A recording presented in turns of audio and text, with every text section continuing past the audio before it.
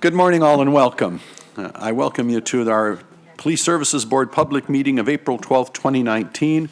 And this is the open session of our agenda. So apart from saying good morning, I'd like to welcome everybody here and welcome everyone who's live streaming our board meeting today. We will begin with the roll call. Everybody is here except, in fact, I think everybody that's supposed to be here is here. So we have full attendance. Thank you. Are there any declarations of conflict of interest? Seeing none. Before we move on to today's agenda, we have to deal with some housekeeping. Louise Mitchell's term officially ended yesterday, and as such, we will need a new vice chair. So I go into the procedure for electing a new vice chair. Pursuant to Section 28(2) of the Police Services Act, members of a board may also elect a vice chair, and the vice chair shall act as the chair if the chair is absent or if the position is vacant. I will now call for nominations for the position of vice chair. On my list is Mayor Crombie. You figured out I'm seat 11, huh? She did. I'd like to nominate Ron Chatta, please. Oh, very good. Do I have a seconder for that nomination? Mayor Brown? That has been second. Ron, will you let your name stand? You could just nod. Yes. Very good. I will ask, are there any other nominations? Assuming none, I guess the next thing is to say congratulations, Ron. I will call for a formal vote. All those in favor? But that is carried unanimously. Ron, well done. So thank you, and I have a motion now before me that Ron Chatta be nominated for the position of vice chair. I have my mover and seconder, and we've already voted, and that is done. All right, approval of the minutes of the agenda. Can I have a mover? It's been moved by by Norma Nicholson. How quickly they forget. It's been seconded by Ron. All those in favor?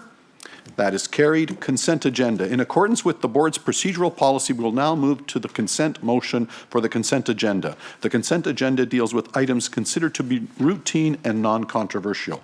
Do any members wish to remove any items from our consent agenda? Mayor Brown. Yes, if we could remove item 6. Item 6. And item 7. And item 7. Are there any more from the members?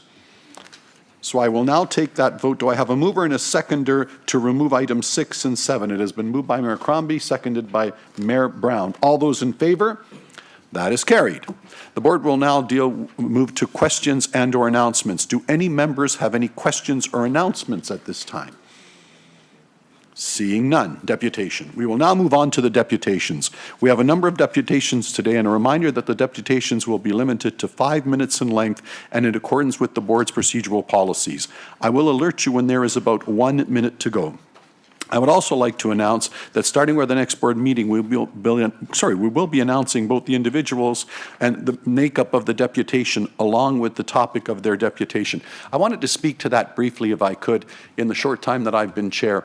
In my other life for 30 years in public office, anytime we've had an agenda, we always list the purpose of why someone is coming to speak to us.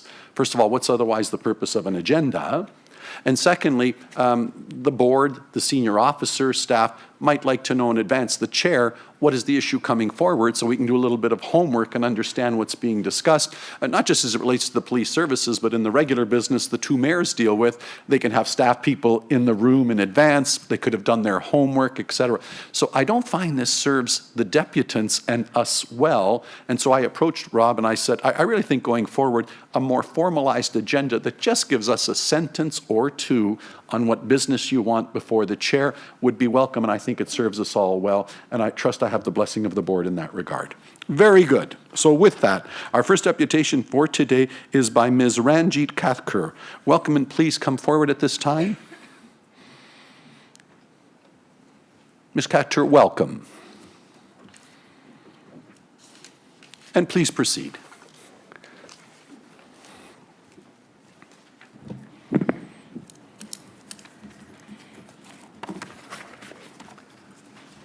Thank you very much. PCARD's sole purpose in engaging policing stakeholders has been very clear right from the onset: to raise awareness within the Peel Regional Police and the Peel Police Services Board about practices that were not conducive to maintaining community safety and equity in a growing, diverse community. PCARD is requesting that the board take the following steps. We must ensure that we must ensure that the future chief has a sound knowledge and ability to use an equity lens in all its decisions and practices, so he or she may need to be brought in from outside Peel. Because our experiences with the chief in the past, and I know that we have a new chief now, has not necessarily been conducive to that. PGARD is requesting that the board take the following steps. Ensure a clear public acknowledgement by the board and PRP that the recent equity audit, known as the current state inclusivity assessment now, is being addressed, that its findings be acknowledged, and a detailed strategy to implement the recommendations with reported timelines be posted online and with quarterly updates so that the public can follow the progress. We need to see what is happening. The committee to undertake the implementation, the committee, it was suggested in the report, should undertake hiring or putting together a committee to implement the recommendations.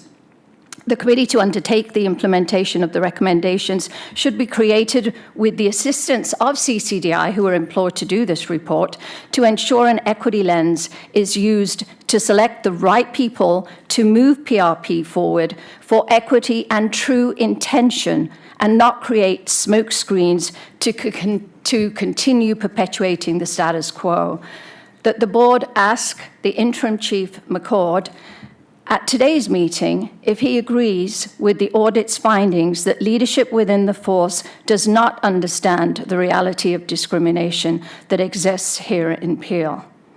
And it has been proven and researched that there is clear evidence of racialized discrimination. If we look at BJ Sandhu's case and if we look at the report, there is a gap in an understanding of what the equity lens would look like. An equity audit was released to be referring to the many accomplishments. Chief McCord had mentioned that there were many accomplishments in the report, but without mention of the harm that's being caused by the discrimination of past practices in the Peel Police is unacceptable. We have a history where incidents in the past, and we can look at the Japanese internment camps and farms and residential schools, Kamagata Maru, has shown Canada that in order for a restorative justice or reformative justice to take place, there has to be an acknowledgement of the harm that's being caused, and there has to be an apology before there can be any success in any form and any reconciliations. We recommend that an acknowledgement and apology by the board and the interim chief McCord be made to the following. Members of the black community for years of racial profiling in the forces carding practice, which according to your own data targeted black individuals. To BJ Sandhu for enduring racialized discrimination as confirmed by the Human Rights Tribunal and costing the Peel taxpayers hundreds of thousands of taxpayer dollars to confirm that he was discriminated against when it could have been dealt with internally. The entire South Asian community, as per the human rights findings, were being undervalued. The South Asian community, according to the findings of that human rights case, was very clear that the promotion did not take place because he was not valued for the work that was done in the South Asian community.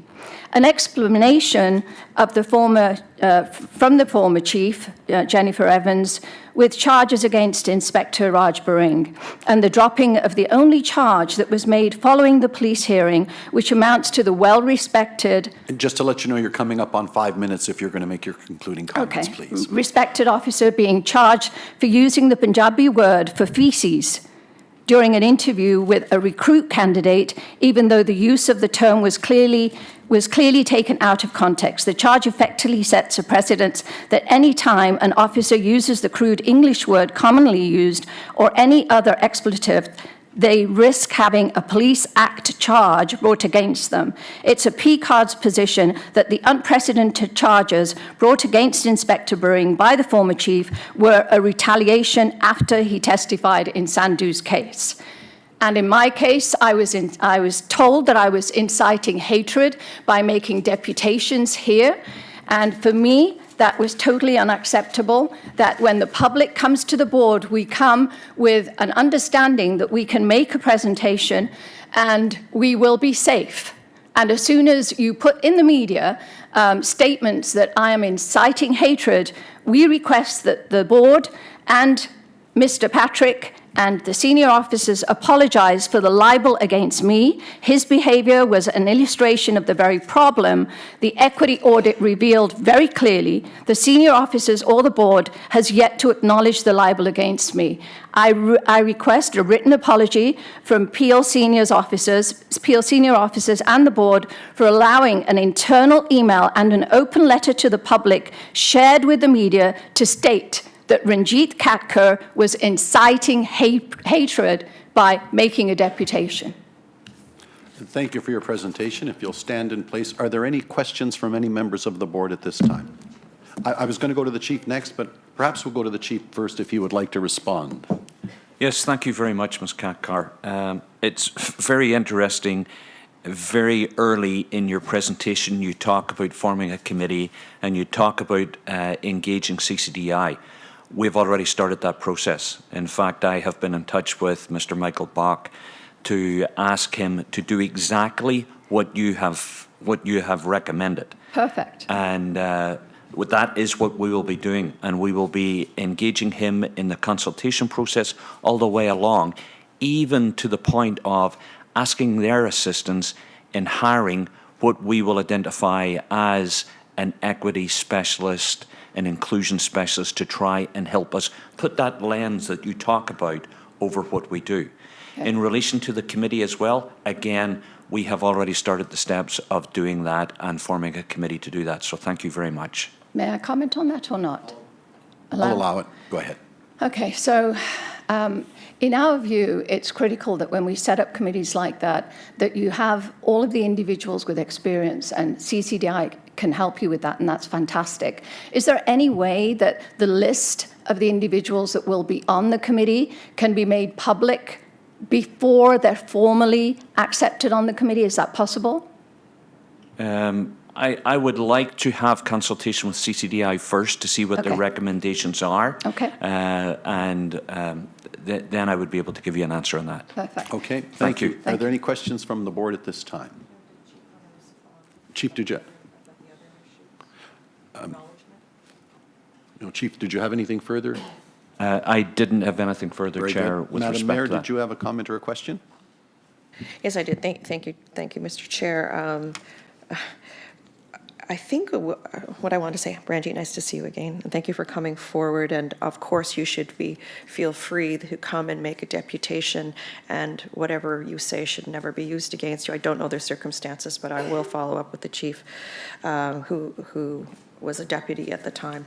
My comments are with respect to the recruitment process that you described, also as what the chief has said, that there will be an open portal for groups and organizations to provide feedback and criteria on what they would like to see. And I think much of what you described, having an individual with a lens to equity, etc., is much what we all agree with you, of course. So, but there, correct me if I'm wrong, Chief or Mr. Chair, will there not be a portal for community groups to make commentary on the recruitment process?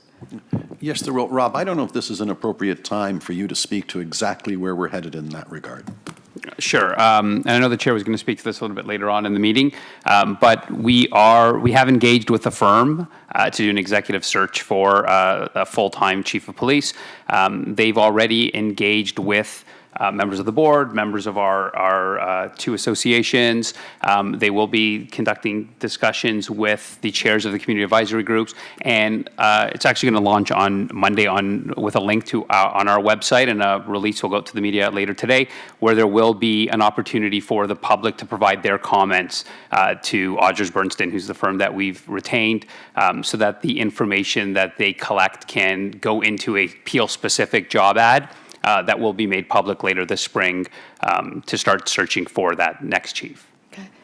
And I think one of the questions there is, how do we ensure that it goes out to the public? Because our faith in all of the community forums, quite frankly, has been shocking. You know, it really was, because how can you turn out, how can CCDI do research and have community forums for the community and only have 10 people show up, or only have 13 people show up, when, you know, the Peel Police is behind it, right? Peel Police is who they're doing the research for. So you would imagine all of the resources that are available to the Peel Police should be employed. So my point there is that when you put the ads out and you put the message out, how do we ensure that it actually gets out to all of the community and the community are engaged? Because we clearly do not have faith, and we feel that it's just a smokescreen and a farce. So we took recommendations from Odgers, who do a number of these types of searches, and we'll take that message back to them, Ms. Cathcart, and if there's other opportunities to reach out to the community, we will explore those as well. Okay. Thank you.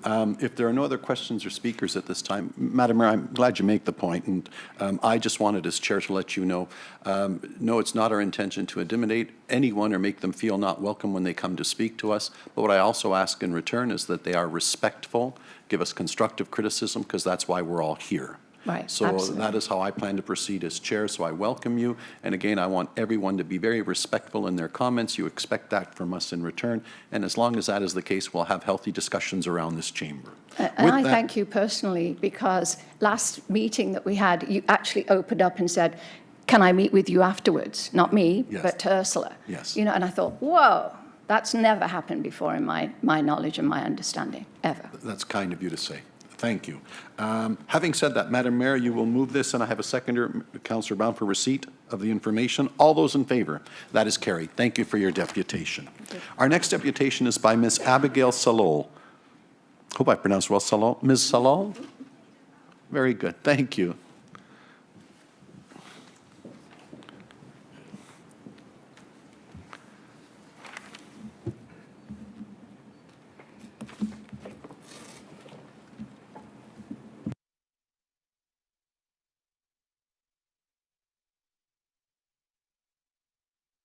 Do you have to push a button to get your, or is somebody else? Or you, there we are. Carry on. Yeah. No, when you see your red light, you know, there you are. You're good to go. Thank you. So greetings, members of the board. Thank you for your time and attention here today. I'm a professor of community studies at Sheridan College. Myself and students in the community worker program are here because we wanted to explore issues of policing and justice as part of their capstone project in the community worker program. The informal mantra for the community worker program is the community is our office, and we hope we embody that today. This project meant getting a read on what the salient issues are in the community and trying to do what community workers do best by engaging and mobilizing community and connecting local and global struggles. So I noticed that this meeting did not start with land acknowledgement, so I'm just going to start my deputation with that. I want to acknowledge that we're on Indigenous land. As a settler, I'm grateful for the opportunity to meet here, to work here, and thank all the generations of people who have taken care of this land since time immemorial. In particular, I acknowledge the Haudenosaunee, Anishinaabeg. This territory is covered by the Upper Canada Treaties, is within the lands protected by the Dish with One Spoon Wampum Agreement. I recognize and deeply appreciate their historic connection to this place.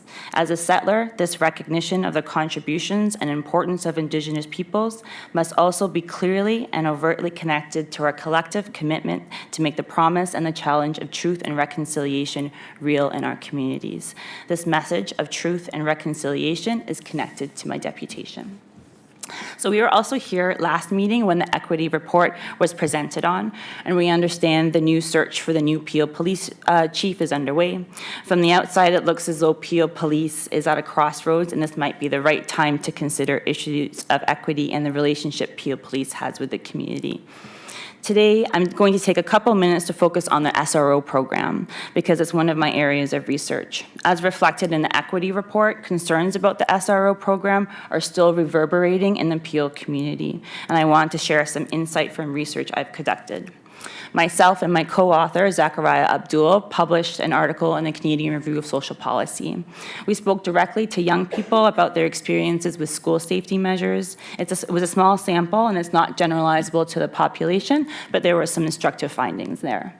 Some of you may remember that some other research was conducted on the Peel School Resource Officer Program that used more of a business lens, asking the question of what is the value of the School Resource Officer Program, seeking to quantify the program.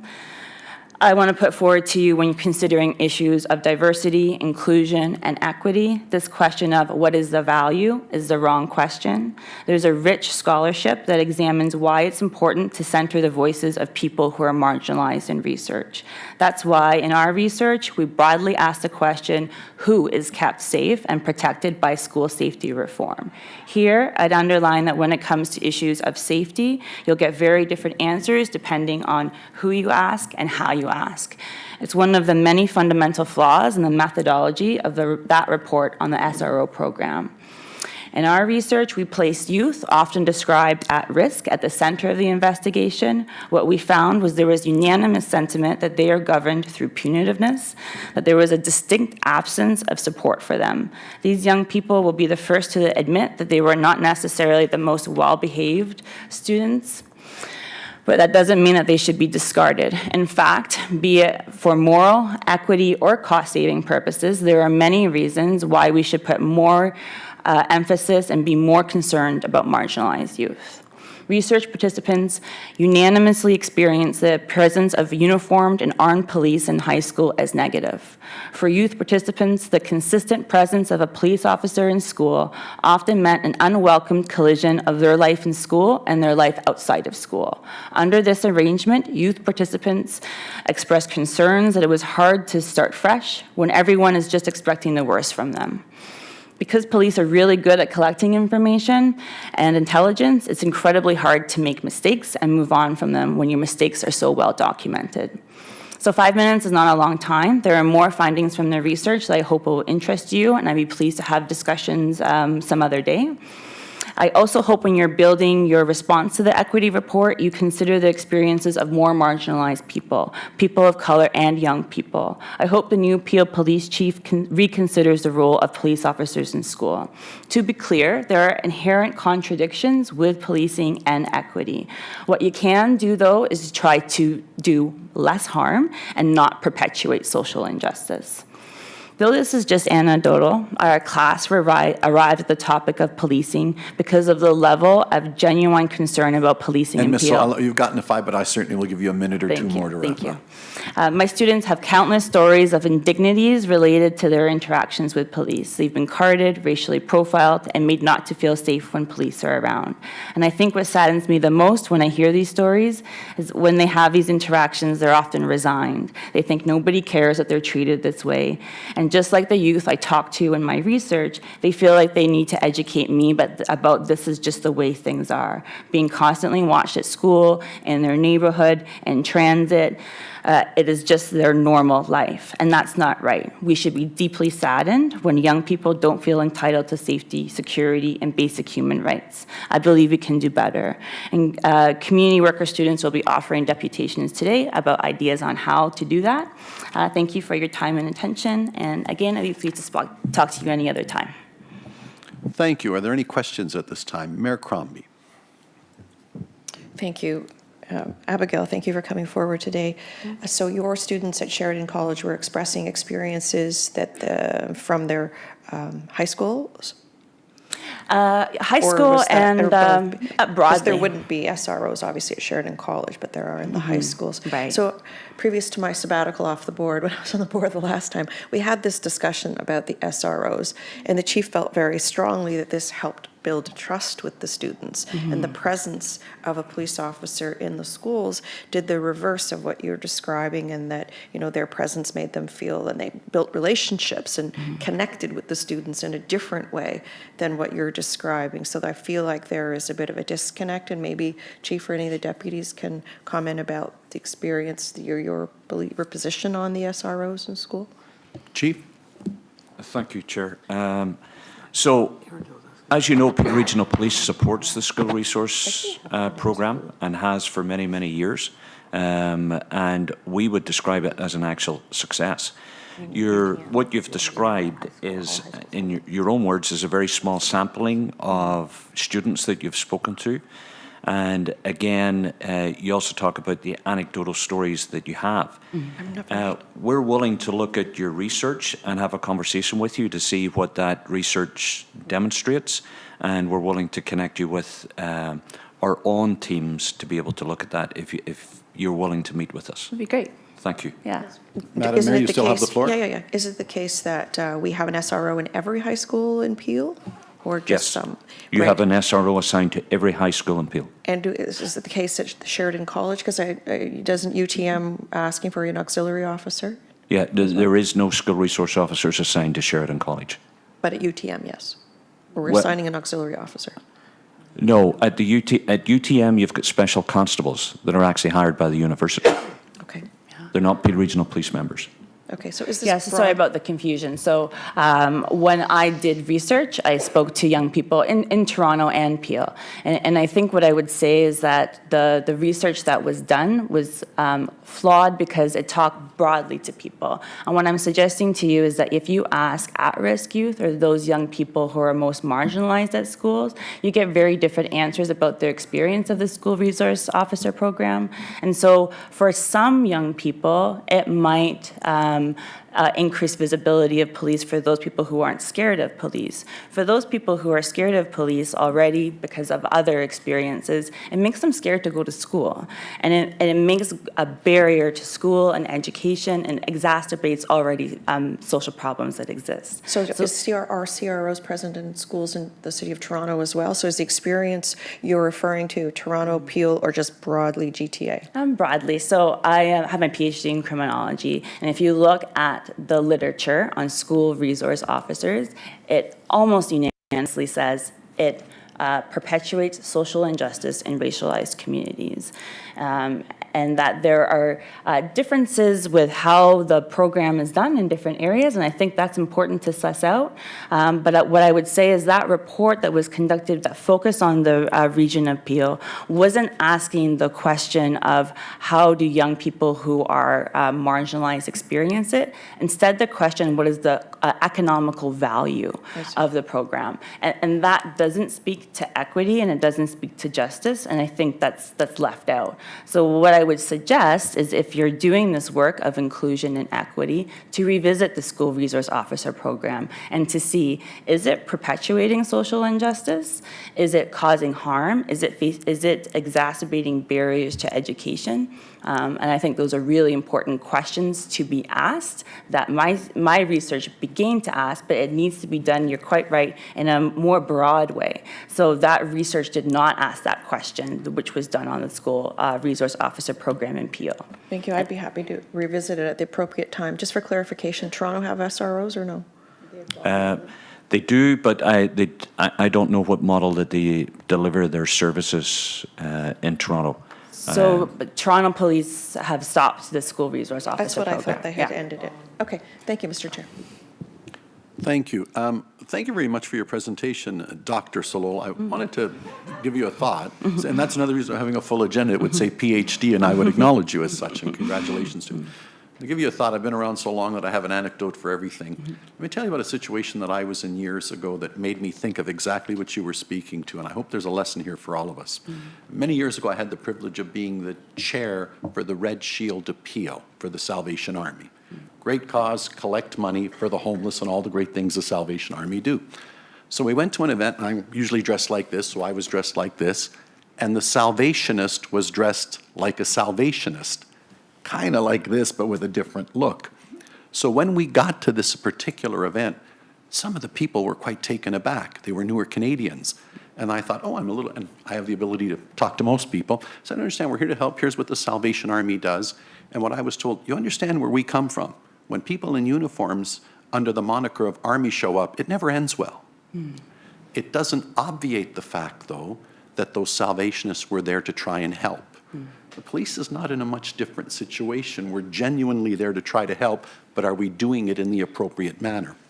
The last time I had this conversation about school resource officers on my first term on the board, one of the other issues that came up was with regards to the fact that one of the merits I saw in the program was, for the first time that there might be an interdiction with a police officer and a student, there wasn't a previous strike point. In other words, if on my way here today at work, a police officer pulled me over, probably wasn't a good situation because I was So part of the merit of the plan, speaking as the politician and as the layperson, was, isn't it great that for the first time you meet a police officer, you're shooting baskets with them in the gym?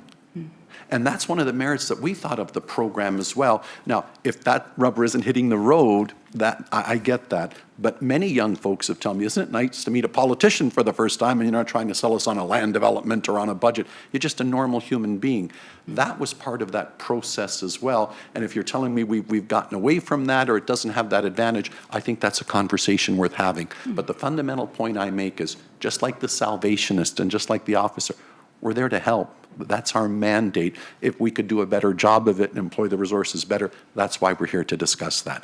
I will allow you a concluding comment. Yeah, so I really appreciate your comments, and I think it's great that you've endorsed this equity report. And I think equity is it's a very big word, and it's very hard to achieve, and it's really hard to achieve within policing. And I really want to applaud you and say that it's really hard work and good luck. I do suggest that the School Resource Officer Program be reconsidered with a view of what is the impact on the most marginalized people in our community. Thank you very much. Receipt's been moved by Mayor Brown, seconded by Mayor Crombie. All those in favor? That is carried. Thank you for your deputation today. Moving on, our next deputation is from Mr. Abdi Dor, or Dore.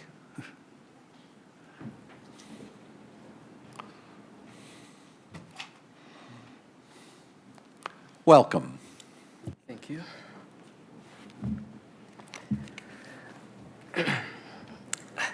Hello, members of the board. Thank you for agreeing to hear from me today. It is really humbling and amazing for me to be able to be here today. My name is Abdi Dori. I am currently a student at the Community Worker Program at Sheridan College. I'm here as part of one of my assignments, but I want you to know that this is a really important issue to me. I live what I'm talking about today. Today I'm going to talk to you about carding or street checks.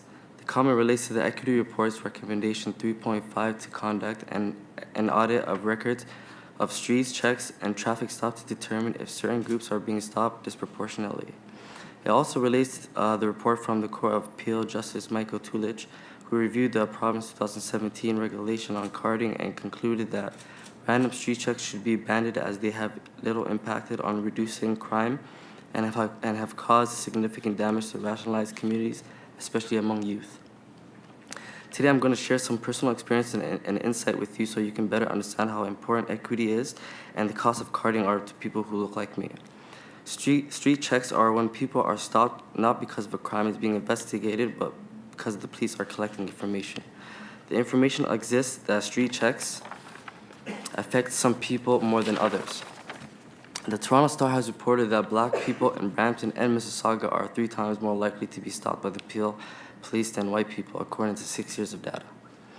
And while there has been reports that carding doesn't happen to the same extent that it used to, I want you to know that significant damage has been done.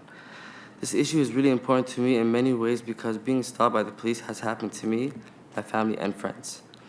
Being stopped by the police is a normal currency for me, and it shouldn't be. I grew up in a public housing, and I can remember being stopped by the police at a very young age. I distinctly remember being stopped at the age of 5 when I was walking home from school with my older siblings.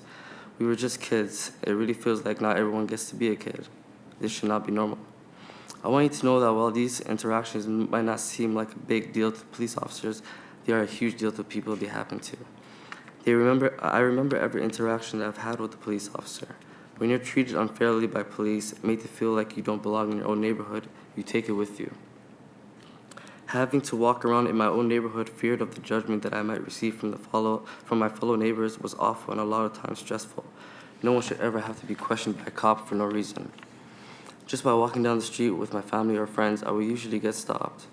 Being a Somalian Canadian in this country made it all the more difficult because I faced the triple threat of being Muslim, Black, and male. There are improvements that Peel police officers can make to ensure better safety and security. There are also ways for them to gain the community respect and appreciation for the good service that they provide us. One of the most important ways is to get familiar with the community. Thank you. Thank you. Any questions at this time? Mayor Crombie. Abdi, first I want to congratulate you on coming forward. It was a great experience for you. You did a great presentation. Thank you. And congratulations for being in the community worker program at Sheridan. It's a great school.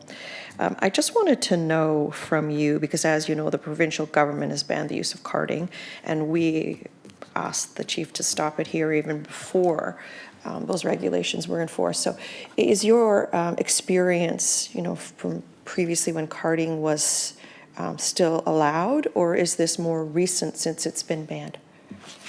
Well, it was more previous before, as I was in high school. But as I grew up, it was, I guess, less. But it has still happened times and times. But it's more like a stop just to be for safety, I guess. But for some reason, it feels like it isn't. So are members of yourself or your community or your friends, are they continuing to be stopped for what they perceived as for purposes of profiling I would assume so, yeah. recently? Yes. I wonder if you might speak to them and come back or submit an email to the chief or to the chair with some more specifics around that, because we're going to see a deputation later that there have only been 2 stops for street checks since the program was banned. Well, I do have a lot of family members in the Toronto region that do get a lot of stops, and I can't speak for Toronto, but if it's happening here unwarrantedly, then we want to know. Yeah, I could follow up on some more Please research. follow up. Yes, yeah. Thank you. No problem. Thank you. Any questions from any other members of the committee? Mayor Brown? Thank you, Chair. And just to echo what Mayor Crombie said, obviously there was a clear opposition to carding from the political leadership here.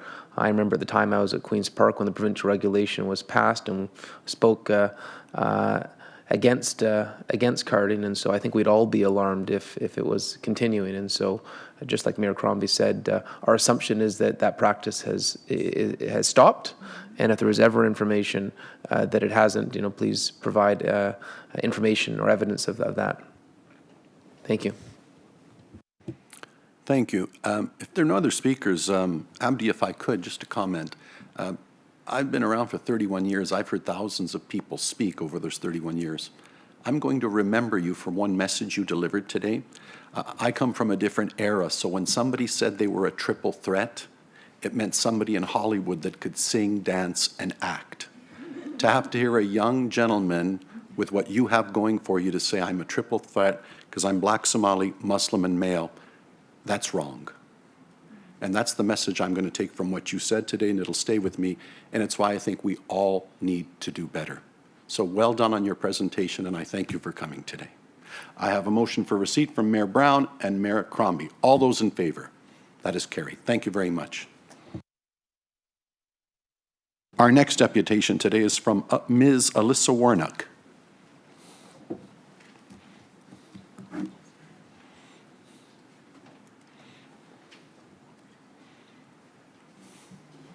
Ms. Warnock, welcome. Good morning, members of the board and community. My name is Alyssa Warnock. I stand here today recognizing and utilizing my privilege and voice to share the concerns, voices, and experiences of the Peel Region's community members, and to communicate the changes that are essential to start rebuilding and strengthening the Peel Regional Police's relationship with our diverse community. Specifically the community members who face harassment, discrimination, racism, oppression, and violence. These are who fear the Peel Regional Police, and rightfully so.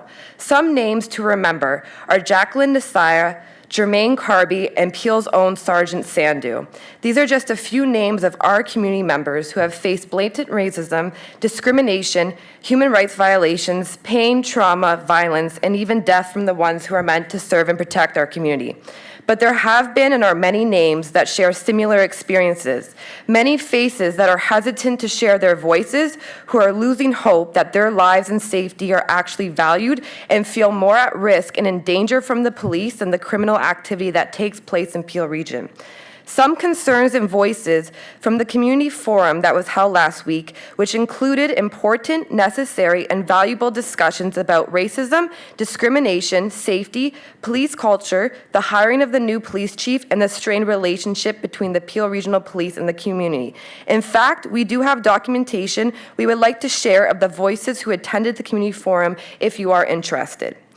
The ongoing police culture that displays a priority of the maintenance of serving and protecting the way things are and have been versus making sincere efforts of accountability, change, and intolerance to racism, discrimination, harassment, and violence. It appears that protecting a system and certain officers who are more guilty of abusing power and harming the lives of our neighbors are a dominant priority. The police culture's message to the community is that you don't care to serve and protect the Peel Region's community and the vulnerable. This is why the relationship between the police and community is damaged and strained. Further disheartenment is felt upon knowing that even the police who recognize, want, and advocate for change are silenced. Actually, the recent equity report stated in finding 2.14, employees report reprisals, retaliation, or negative consequences for reporting harassment or discrimination at Peel Regional Police. The sad irony is the Peel Regional Police core values are trust, respect, understanding, safety, and transparency. It seems these values are not even being implemented within the Peel Regional Police, let alone the community.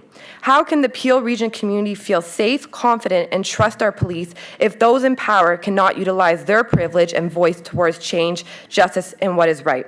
Furthermore, Peel Region is well known for its diversity and the strengths within our community. Yet this strong and beautified diversity is not being reflected within the Peel Regional Police and its leadership. This is evident in the equity audit finding 1.1. The Peel Regional Police leadership does not appear to be representative of the community served by Peel Regional Police. Our community wants the new police chief to reflect Peel Region's diversity, have lived experiences to understand the needs, values, and vision of the community members, one who is invested, who knows, and who is a long-term resident of our community. Most importantly, we want a police chief that will hold their officers accountable, ensure training and evaluating the officers on mental health, and ensuring an integrated anti-racist, anti-oppressive feminist framework. Additionally, examining the current hiring process of a new police chief is of high importance. Instead of a board of governors that do not reflect the diversity nor values and investments compared to Peel Region's own community, give us the ability to vote who we consider who is best to serve and protect, and prove to us that you care and want to hear our voices by having and hosting frequent and inclusive, safe to share spaces. Most importantly, our community wants to feel safe and protected. We want unity within our community. We recognize and appreciate the work of Peel Regional Police and the contributions that have been made within our community. However, the large gaps that exist due to the police culture, racism, discrimination, violence, and the misuse of power are the cause of fear, mistrust, negative experiences, and strained relationships between police and the Peel Region community. Silence is violence, and any further inaction will continue to be the destructive reaction to the overall well-being of the Peel Region community. As a community oversight body, the Peel Regional Police Service Board is committed to continuing being a leader in policing. I would like to have faith that this is true, and what is shared today will be greatly absorbed and led into action for change, equity, and the unity of our community. Thank you. Thank you. Are there any questions? If not, I thank you for your presentation. Do I have a mover and seconder for receipt? Mayor Brown, Mayor Crombie. All those in favor? That is carried. Thank you very much. Thank you. Our next deputant for today is Ms. Karina Jonette.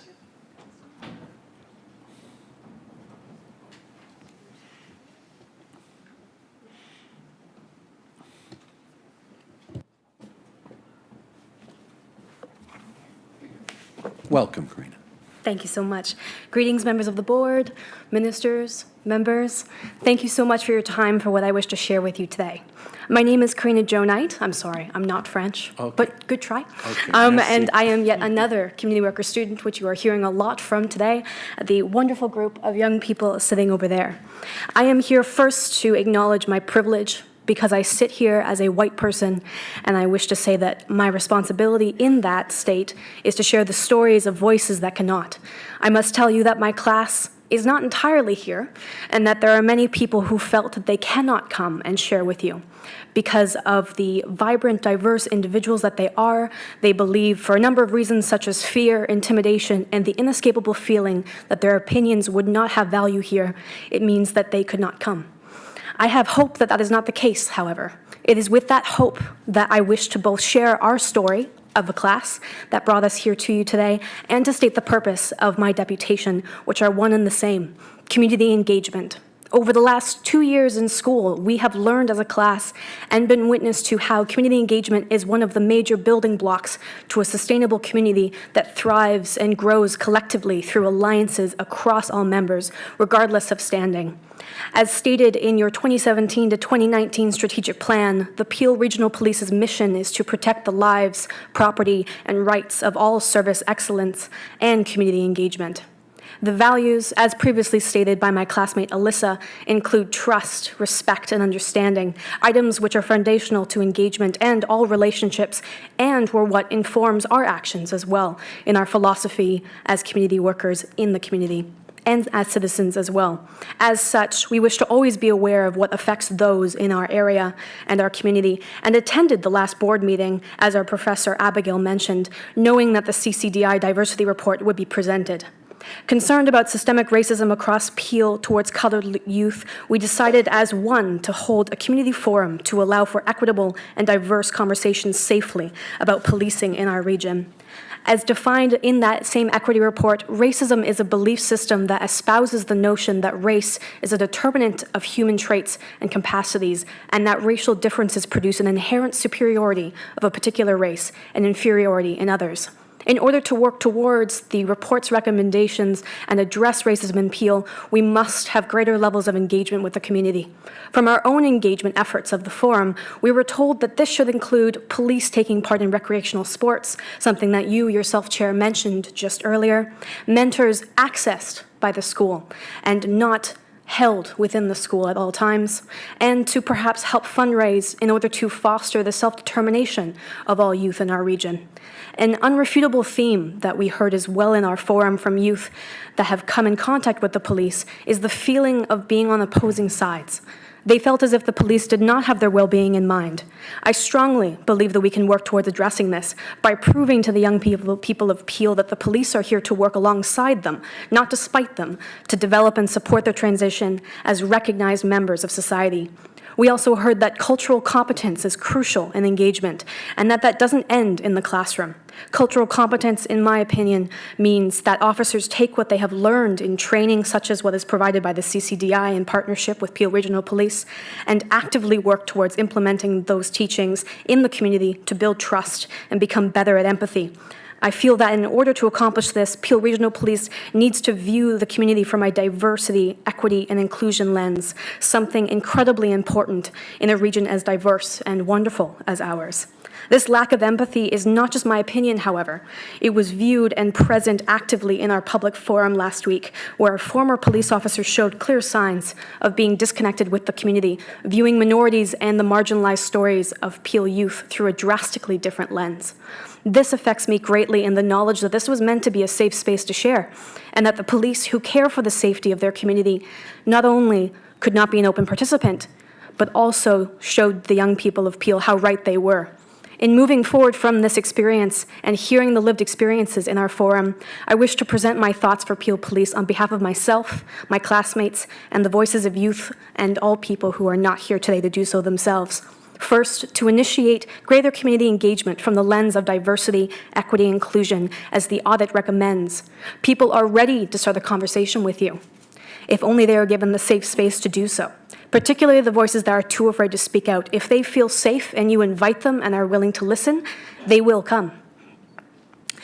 Second, to grow in cultural competence, not in a classroom, or not only in a classroom, rather, but within the community itself, developing relationships and building trust within the police force to its community, as the audit mentions, and to implement the same level of commitment to the community as within your own police force.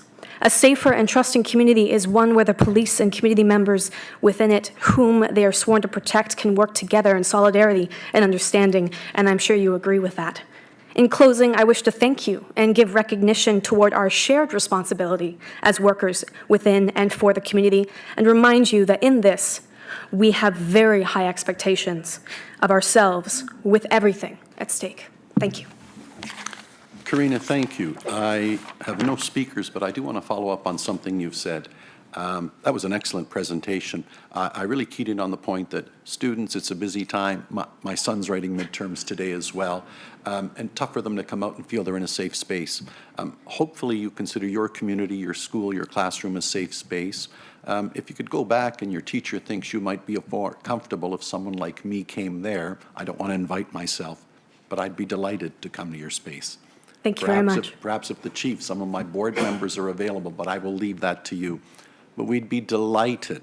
I personally, as the regional chair and the chair of this board, would be delighted to come to your safe space, whether it's a classroom, whether it's the coffee shop beside the way.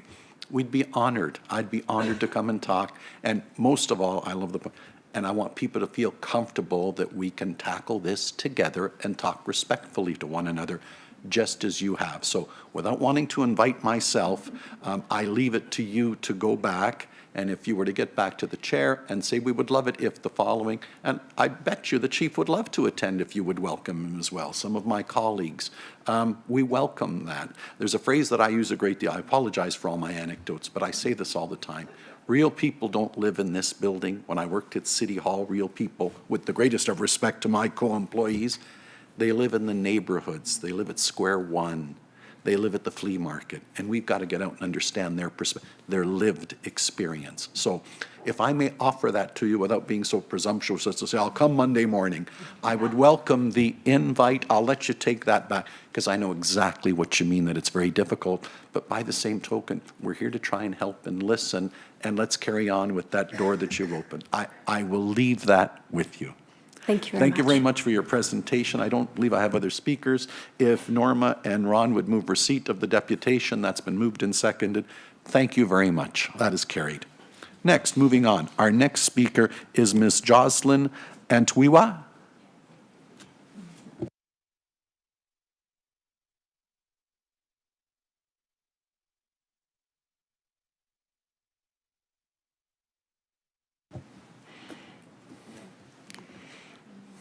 Welcome, Ms. Antuiwa. Could you pronounce it for me? How would you pronounce your? Oh, there you. You actually did a good job. Oh, Not okay. too many people get it right. Thank you. Carry on. Hello and good morning, members of the board and everyone here today. I am pleased to be here and thankful for the opportunity to have my voice heard. My name is Jocelyn Antuiwa, and I'm a student in Sheridan's Community Worker Program. I felt a responsibility to be here today and briefly share my experiences and my voice. As a lot of people that sound like me and look like me are either not here or afraid to speak. I'm talking to you today as a Black woman who has been randomly stopped by the police on numerous occasions. Yes, I know, the thought of a 5'5", huge 125-pound Black woman may scare some of you, but I promise I'm harmless. Yes, oh, sorry about that. While police officers can stop us randomly, ask for our names, where we're going, without consequences, I want you to know that it has consequences for me, it has consequences for my family, for my friends, and the people I love. I moved here from Ghana when I was 7 years old, not understanding much about race, about feeling marginalized, or even the concept of racism. By the time I was 19, I remember being really surprised and shaken by the number of police encounters I've had. This was not part of my experience growing up. In fact, growing up in Ghana, you don't really think much about race. But in Canada, I mean, I have to. So many things have become many things have become normal for me living here, which should not be normal. I'm a law-abiding citizen. I've never been arrested, and I don't have a police record. I'm here to ask for change. My message is simple. What I really want to convey to you today is there needs to be more inclusion and equity. I understand that you've endorsed the equity report. Now we need to see some deliverables. There are too many experiences of injustice and lack of accountability. I've been hearing these experiences my whole life, and I want to know when it will stop. Today, I'm talking about consequences I've faced about interaction with police. I still remember every police encounter I've come in contact with, how they spoke to me and how they made me feel. Not all have been negative. In fact, I met some great officers. And while there are measures for when a police officer kills or injures someone, where's the accountability for officers who are demeaning, belittling, and making you feel small? The consequences of these interactions is a lack of trust and legitimacy. These are really important features of a criminal justice system. I would like to see leadership with vision, people who look like me, who are not afraid to speak or do something different. I would love to have an interaction with a police officer, and instead of being made to feel small, feel like really inspired. I want brave leaders, and I want change. I would like to come back in 6 months and congratulate you for choosing a brave, bold, and innovative police chief. I want to come back here and say, wow, you guys have done a really great job.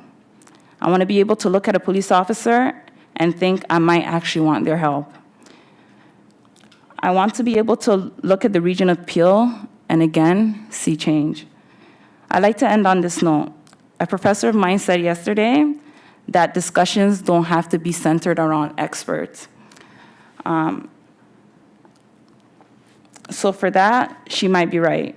But in my opinion, it is the people from my community, the people who have had these experiences that I speak of, that are truly the experts. So I guess my message today is, for the first time, let's listen to the real experts. Thank you. Are there any other speakers to this? Madam Mayor, Mayor Crombie. So we're listening to you, and thank you for coming forward today. Thank you. It's great that you've had this opportunity as part of your program to come forward and share your experiences. Yes. I think it's wonderful. Yes, I agree. So two things. So certainly on the equity audit, we now have a path forward, and we do intend, of course, to follow through with the recommendations. So that's great. Yeah.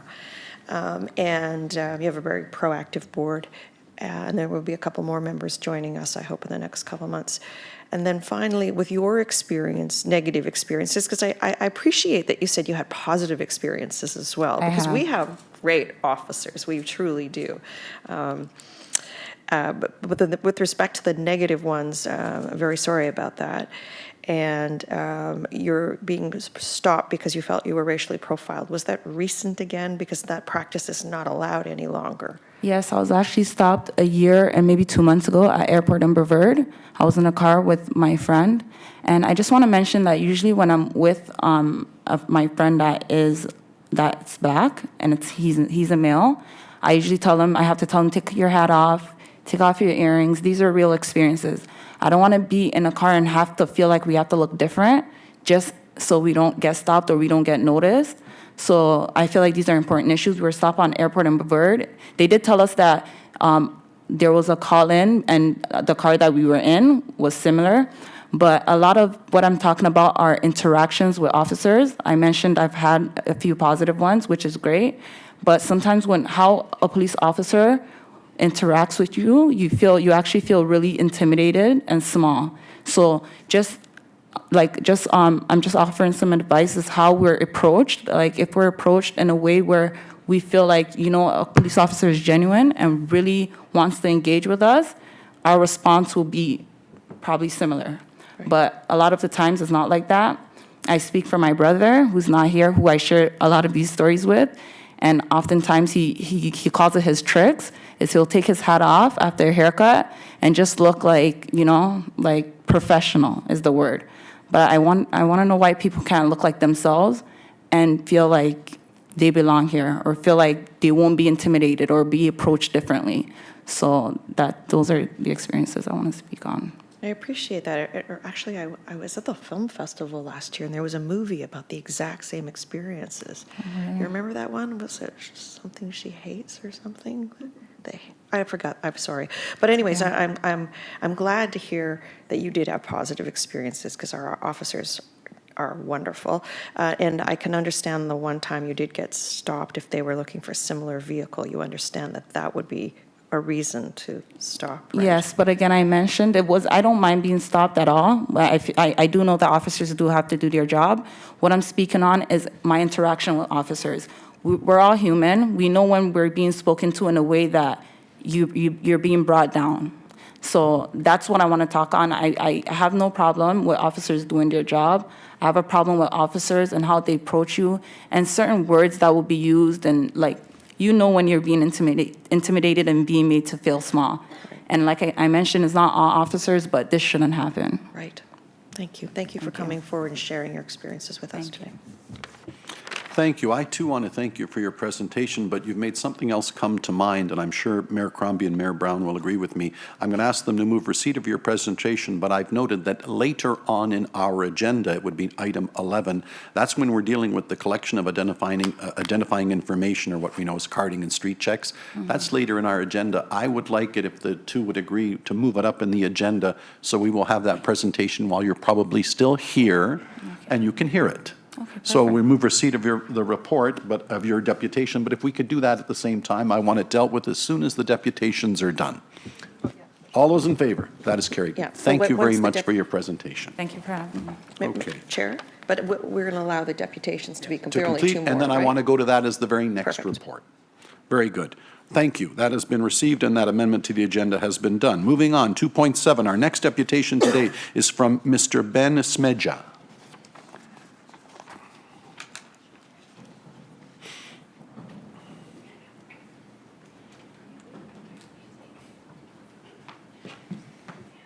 Mr. Spencer, welcome.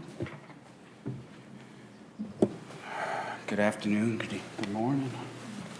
Just going to touch briefly, maybe not a very popular topic, but police budget, and specifically police salaries as they relate to municipal tax increases. My understanding is the police budget was voted to be increased again last year unanimously. So with that said, about 40% of the municipal dollar goes into policing, about 98, 96, whatever, 95 to 98% goes into salaries. Had a quick meeting with my counselor and some superintendent from 11th Division.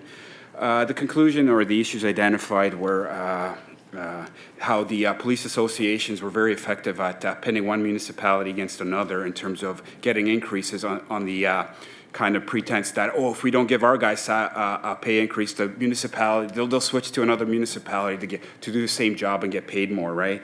The other issue was retention pay, right? Some police services are fast-paced, some are slow. So the way it was explained to me is that retention pay retains officers in fast-paced police services. However, my understanding is every police services in Ontario gets retention pay.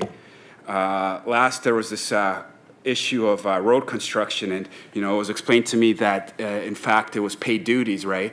But I mean, road construction, the contractor will charge the province will charge the taxpayer. Inevitably, we pay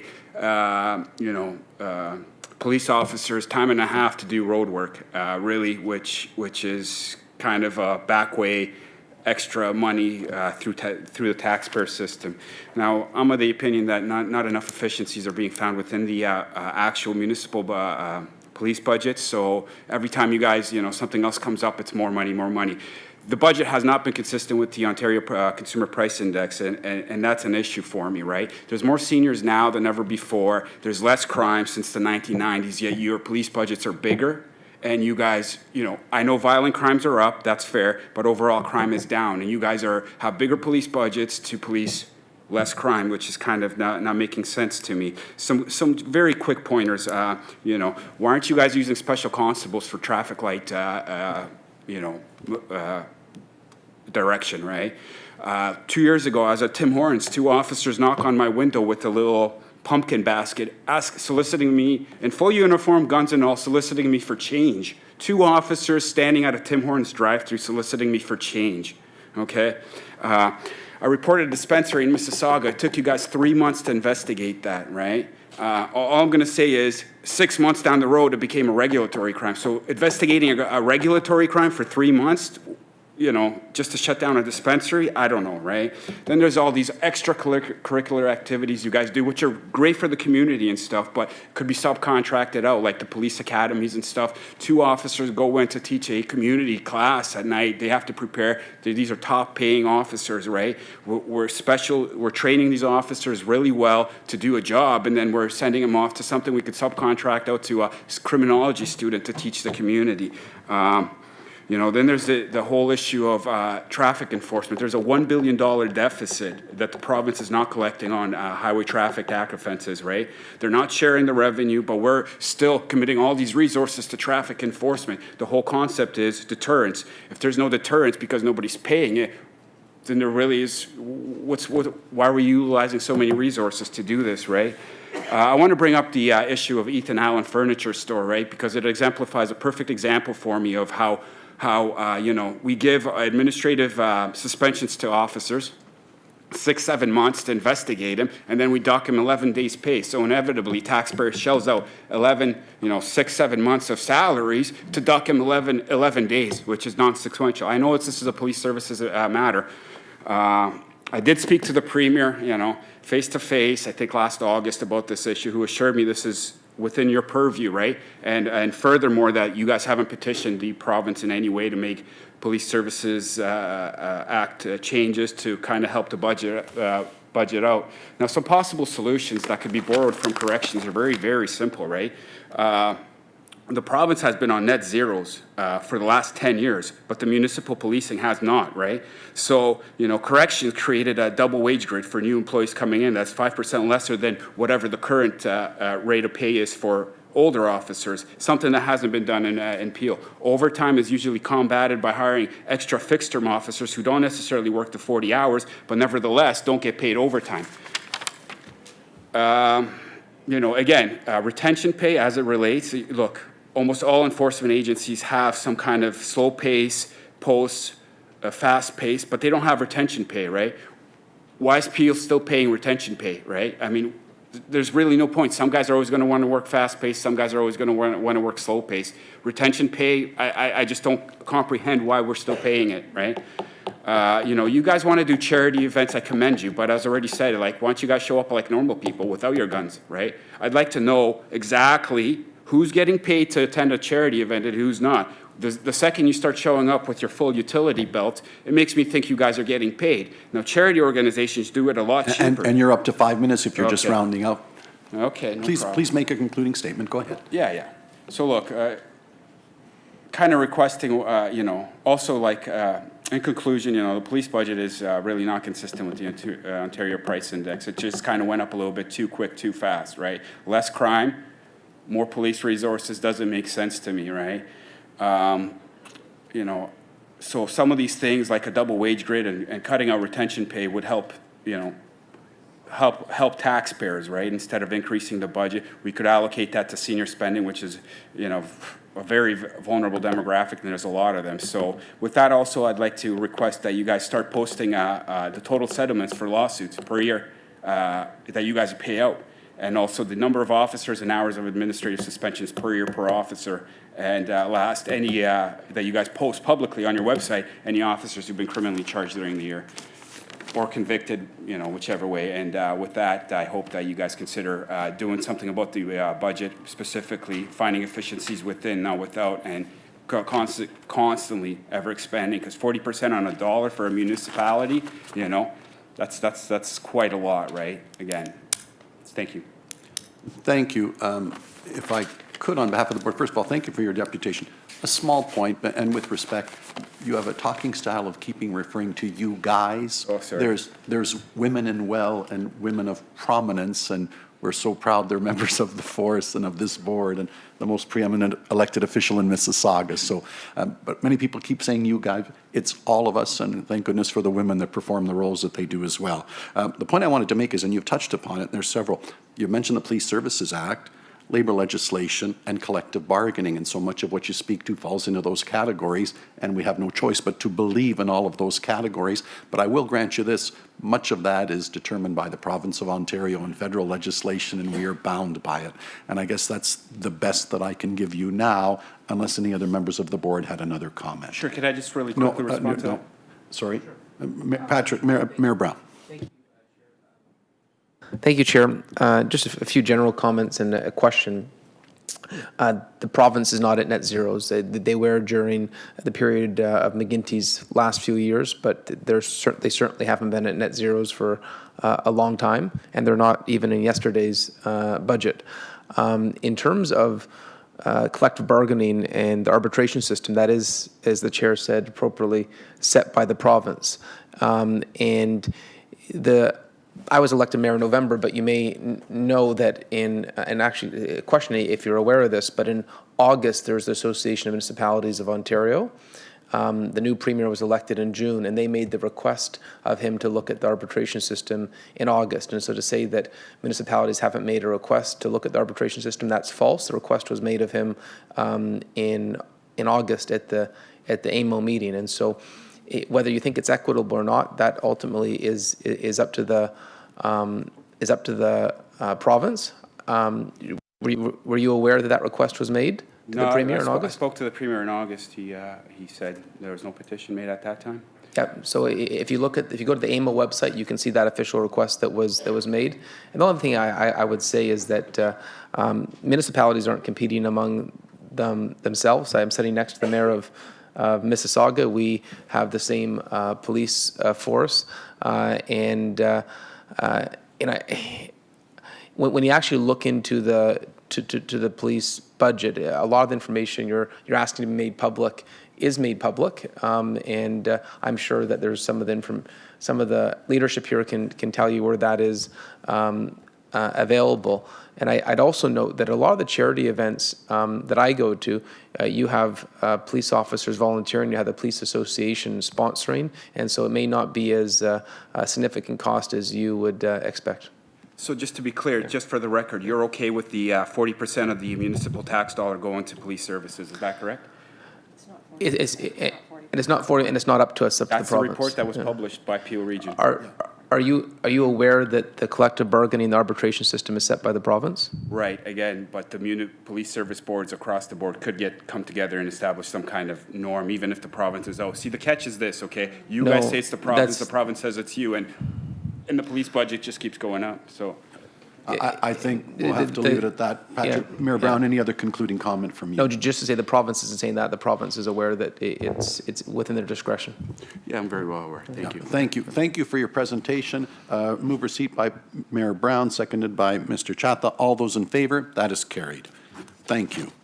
My next deputant, I want to be clear, would have been Ursula Cooper-Bennett, but I believe that right at the end of this meeting, she and I are going to have a cup of coffee together. So you and I will maybe speak then if they're scheduled, okay, or soon to be in the future then. Thank you very much. I wanted to make that a matter of record, though, that I'm happy to sit down and meet with you as I promised. So then moving on, we're on to 2.9. Our last deputation today then is from Ms. Pam Milne from the Stop Police Profiling. Pam, Ms. Milne. Welcome.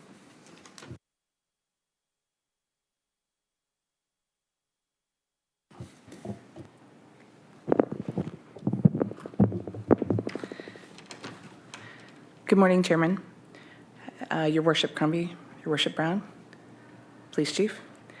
My name is Pam Millen. Thank you for getting the pronunciation right. Just depends if some people have the Scottish, some the British. Depends where we are, so thank you. I want to thank everyone for having me, giving me the opportunity to be here this morning. I am here on behalf of a group called Stop Police Profiling. They would like to make some changes to the current policy for the period of the retention of the occurrence reports, especially in the situation where a Form 1 is issued. I come to you today representing, they're a very passionate group that is finding that past experiences are bringing discrimination, stigmatisms, and biases in their everyday lives. I practice human rights and immigration law, and I find that these clients of mine the fallout of this is affecting their everyday lives, and I see it from them every day. I am here voluntarily. I'm not being paid to do this. I'm doing this for them. When I first started speaking with the members of the group, I really wanted to understand and get a full 360-degree understanding of exactly what they were going for. And to be honest, to do this, to get the full picture, I went and spoke to my dad. When all else fails, go to your dad.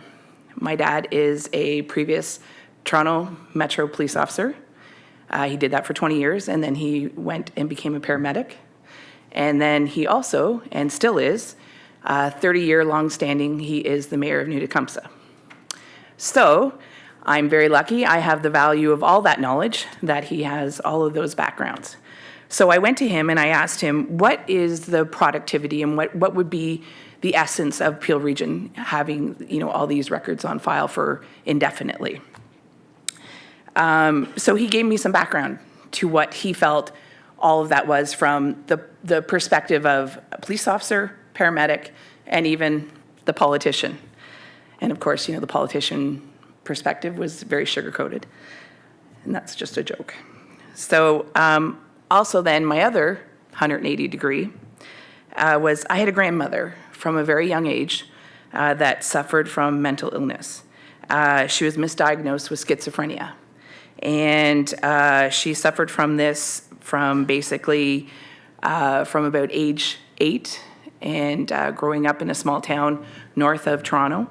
And at that time, there was very little treatment for mental illness. What they did back then, it was very, very what you would probably consider persecuting rather than treatment. I remember at my young age, I remember going to visit her at the Donwood Treatment Center downtown Toronto after she had been formed one, and she would have received shock treatment and that. So it was a very not great memories for myself.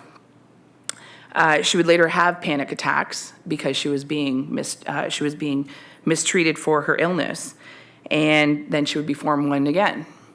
She did live in Mississauga for many years and was treated out here. Eventually, in her early 60s, she was finally diagnosed properly, and she was found to be manic depressive, and she lived for over 20 years, a very productive life, no problems, lived very happily in your community. And unfortunately, she did die in her early 80s of a heart attack. Her lungs collapsed. And I still remember that day that we had to call 911. And when she was called, 911 was called, upon transferring, one of the reports came up was that she was a previous Form 1 patient. And I still remember on her dying bed, my mom's face when, in amongst all this, she couldn't even die in dignity, that her mental illness was brought up, something she hadn't suffered for 20 years. This stigmatism was brought up in my grandmother's dying. So I personally have been, had this happen to me. So I understand what this group is suffering from, that even these people that live a productive life, these past experiences still come back to haunt them constantly. So again, as I mentioned, I do practice law, so I'm a research buff and I do a lot of research. So I did speak to my father at great length. He explained to me the need for safety because, as I mentioned, I have great respect for police and EMS and that. He said working both positions, he found that sometimes you didn't require the need for the knowledge of the Form 1 and what the past history was. However, there was other times that you did require, especially as a paramedic, you did require to know that there was some mental illness. But he said a lot of times they could get that information by just knowing what their medications were, the list of medications. So he said, but more or less it came down to treatment as opposed to enforcement. Also in my preparation of this, I also reached out to other police forces. I reached out to contacts at Durham Region, and I reached out to York Region. Durham Region is currently in the process of putting together a new policy. They've been working on this actually since December of 2018. They have formed a committee, and they review the issues of mental illness occurrences, and specifically with Form 1s. What they do feel is they definitely need to have changes. They are going forward to have some sort of a system put in place where they will not, the actual incident will be where there's some sort of a transcript or a record, but it's not the actual person, especially when there are no charges obviously laid, when there's no criminal charges. And that's where the essence of the problem is, if there's no criminal charges. They're hoping to have something set in place in the next 4 to 6 weeks. As far as York Region's concerned, they do not hold the records against the mentally ill person. They actually will hold a record of the incident just for an understanding of what happened and what transpired. But there is nothing that is held to the actual person. They actually have a mental health support team that works with the officer, and then that's handed off to the actual support worker. And then with the hospital, they get a diagnosis from the hospital. And then if there's criminal charges then laid, then a special officer is assigned to that incident. It's a very discreet process, is what has been explained to me. But again, for example, that residence is not known for this person lives there. There's, they're a mental illness patient. There's no stigmatism that is felt that is done here. So basically, in closing, what I'm proposing as a deputation today is for changes to your current policy, for the retention of records for minor occurrences, especially in the case of a Form 1, often where there's something of a he said, she said type situation, especially with mental illness involved, reduced from a current period of indefinitely, which you currently have, to 2 years. And that's what I asked for today. Thank you. If you have any questions, I would love to respond. Thank you. If I don't see any immediately, I have one. First of all, thank you very much for coming today, problem. because your deputation, as I was going through my agenda and speaking with the staff, prompted some thoughts on my part, but I think you've addressed them, but I want a little bit more clarity, and then I'd like the chief and the staff to speak to it. The first time that I heard of it, my first thought was, and I think you've spoken to it, is if there is a mental health challenge in a household, and let's say the police has been there before and it's my son and he did something just uncharacteristic, but because of his difficulty, and he ends up in my neighbor's pool, whatever the case might be. Yes. And when they come, the police interdiction, they make a note of it. My first thought was, I'm glad they're aware that my son might have a challenge, because the next time, at least they're forewarned that this isn't a bad guy or a bad woman. This is just somebody who has some challenge. And I think, I don't want to put, you seem to have said that if it's sort of like that, that's something that might have merit, but then you're telling me there's other situations where it goes beyond that. I wanted you to articulate that for me again, if I'm understanding correctly. Yes, and that's where, unfortunately, it's, I think probably it's a double-edged sword, could be where we're looking at. And I don't know if that's something we can work at possibly in training for the officers. As York Region has done, they have an actual, they've set up a special committee for that. The problem is we have, and I mean, even, again, I'll go back to, obviously, I have a lot of respect for my father's experience. As he said, he didn't have the tools to handle that. He didn't understand as a police officer. Later on as a paramedic, he was, again, they didn't know how to handle that, certain situations, but it was passed on. Some officers arrive and they automatically have a stigmatism as to, okay, mental health, here's how we had to treat this. When it's a possibility that they're on the proper medication, there could be it could be an asthma attack, but they're already going in with this stigmatism that, okay, we're gonna have an issue, we're gonna have a problem, and we have to treat it in a certain way. I had so much respect for these young students. I was a little nervous actually after talking to them, and I stand in a courtroom most days. But even what they were saying about the racial the profiling, same thing is they have. It's a very similar situation where they're looked at. And again, we're not talking about all officers, and you don't want to take just because one person, not one bad apple, okay? But I think if the problem is, because of something that happened 10 years ago, this person, he may be treated properly now, and that's not an issue anymore. And I think that's where these people are going with this is because now that situation no longer exists. But I agree with you, we also have to protect the police officers and the EMS workers so that if there is an issue. But again, I think that can be looked at as soon as we see a list of the medications when they come in. It can be, and also even when they arrive on scene, the family members can state if there's been an issue of there has been an issue, an outbreak of mental illness, yes, that can happen. Are they off their meds? Yes, it can happen. But the problem is a lot of times that they arrive on the scene and right away they already have that, okay, this is a house where there was recently been a Form 1, or there was a Form 1 here 3 years ago, or there was a Form, that type of situation. That's what we want eliminated, is that there's constantly a cloud over that person.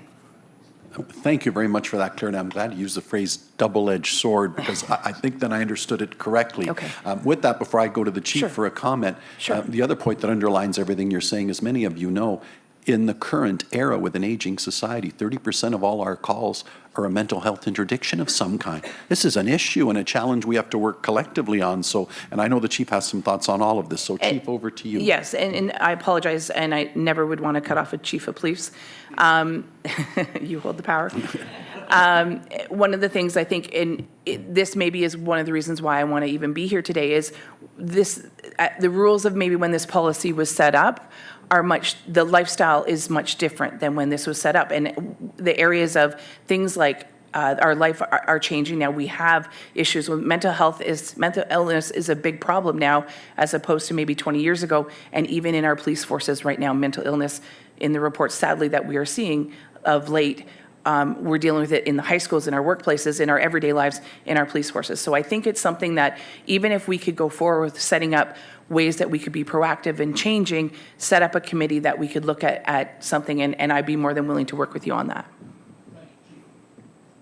Thank you very much, Ms. Milne. So this is a big conversation. And unfortunately, we as police services find ourselves in a situation that we really don't want to be in, because this isn't enforcement of legislation. We are responding to mental health calls due to the increase in mental health within our society. And we are required under the Mental Health Act to respond to those calls. But we also have to respond not just for the safety of the officers or the paramedics. The priority is the safety and the care of the individual who is suffering or have gone under a crisis situation. And we have to go and address that situation directly with them. Right. We do not know who that individual is when we're coming up on the call, and the more information is better for us, for our officers to be able to respond appropriately. What we have done in Peel Regional Police over the last couple of years, we have actually added additional training, mental health training, to our incident response. So we have actually increased our training to include that, and that is now part of our incident response training. Also, the benefit of having that record of an occurrence is for us to approach that with the appropriate approach for the safety of the individual. And it's not just on Form 1s, it's in relation to all apprehensions under the Mental Health Act. It is not a criminal record, it is not a criminal conviction, it is a record that we hold for the purposes of being able to respond to that call safely. And your father, I think when you spoke to him, alluded to that, whether it be as a police officer or as a paramedic, because there is information within that report that really does assist us in to be able to address it safely, and then assist us that when we actually do transport them to the hospital, that we're able to provide information to the hospital to give them the care that they really require. Because you're not always transporting to the hospital or to the doctor that person is under the care of, and they don't have access to those records. On many occasions we do. So I completely sympathise with your position, and York Regional Police and Durham Regional Police are not that different from ourselves, and we're constantly in communication with respect to that. If Durham Police implements something that we think would be of value to us, we definitely would look at that and see if we can implement something similar. But when we're responding to the call, we don't have time to discuss that as a committee. It's the officers receiving that information at the time. So yeah, and I understand. I think just where we're going with that is it's just the bias that gets put in place that, for example, and again, using my grandmother as, there was somebody that was misdiagnosed for a long time. and she was treated improperly. And then, for example, so she lived healthy for 20 years, and unfortunately, there was no reason to approach her with caution on the fact that, so there, and again, that's an extreme situation, and I respectfully I don't mean to be disrespectful in the way that I'm saying that. So the people that I've met with this group, they are coming in, when they have, some of them have other disabilities, not just their mental health, and they'll call for a transport service, and it's brought to even on the transport service, this will be brought up. They'll say, well, okay, what are the safety issues? And there's that stigmatism that is brought up to them because there has been a Form 1 issued to them in the occurrence. So I think one of the things is, I understand completely, again, the safety first, but if there's been, I think, is there not a reasonability that we could set something in place, a 2 to 5 year, if there's been no incidents of a Form 1 or any incidents that they've been on their medication, they've had no issues for 2 to 5 years, could we not have a record of the occurrence been sealed, and that no longer, I think that's something that could be reasonably set in place so that, when they can live, that they don't have that stigmatism over them, that they're no longer looked at somebody that's a mental health issue every time that a 911 call, or because some of these people, for example, one of the gentlemen in our group, their mother had a heart attack, and a call was excuse me, I apologize. A call came to their house, and he was in the house, and right away, 6 police cars came to the house because he was in the house, and it had nothing to do with him, and he was fine. It was to do with his mother, but they were addressing him because he was in the house and he was fine. And again, it's very embarrassing for him. It's, and it takes a situation where he's there worried about his mother, and then unfortunately it did send him into anxiety, panic, and that. So there, where I'm going with this, and again, I'm going talking in circles. I just think if we could put something in place where we could have a 2 to 5 year where there's no incidents, could we have a record sealed or something? Could we look at putting something together, some sort of a policy? Is that a possibility that you guys could look into? Have a staff do a report, take a study, something like that? Is that something possibility to be looked at? Based on your presentation, yes, it is something we can look at. And I don't think that it's something, when I talk about it, it's a bigger conversation. We can't engage in that without also including the medical practitioners who that person is under their care, because that they are the experts, and they are the ones who carry that information and are the holders of that information to make an assessment. But the superintendent from our Records Bureau, who is responsible for those records, is here today. He's heard you. And I can assure you this will be a conversation moving forward. Thank you. And I have no problem being a liaison with the Ministry of Health. Anybody you need me to speak to, I have no problem doing that too. Anything to help my group that I'm talking on behalf of. Thank you very much. Thank you. Chief, thank you very much. I really want to thank you for your presentation, Ms. Millen. You've articulated it so well. I want to underline it just a bit if I could. Sure. I really believe you are speaking to the challenge of our time. And when I wear my 2 hats, chair here and chair of the region of Peel, and the 30 years I've spent in governance, the ticking time bomb in the room, everybody talks about the environment, it's very important. It is our aging society. There was a report in 2017 that said globally, if you live in part of what they refer to as the advanced world, so medical services, healthcare, things of the physical fitness programs, etc., that if you were born in 2017, half of you will get to 100 years old. Wow.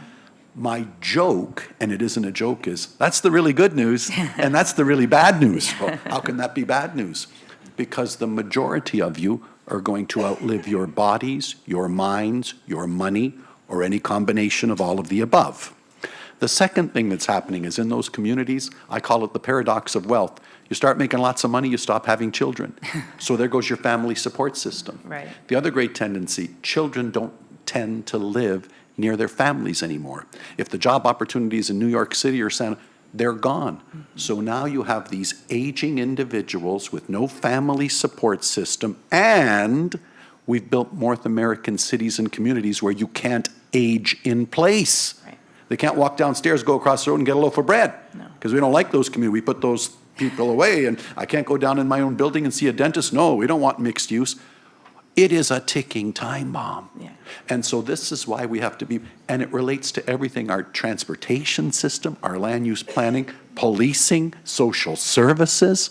So I'm so glad you're here, and I'm so grateful for the chief to say, we've got to take this back and understand how our aging society and how it relates to dementia and mental health also factors into this, and how we do policing and how we build communities, et cetera, et cetera.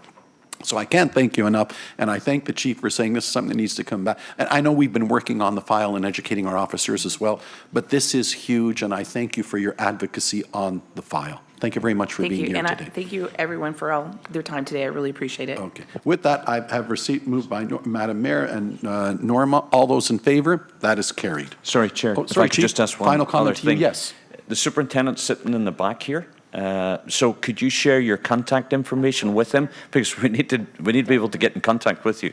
Okay? Definitely, of course. Thank you. Thank you. again. That has been moved for receipt and direction. Thank you very much. We now have presentation for Peel Region Police on parolees in Peel Region.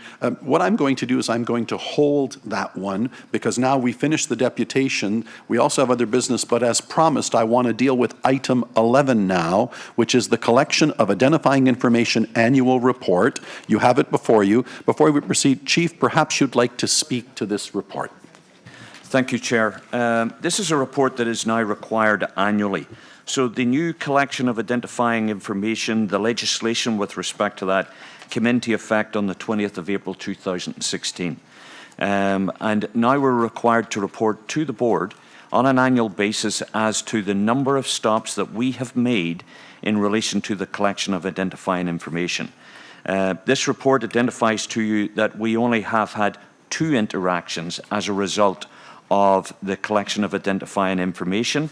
And within that report, we have provided a lot of detail with respect to those sections within the legislation that requires us to report to the board.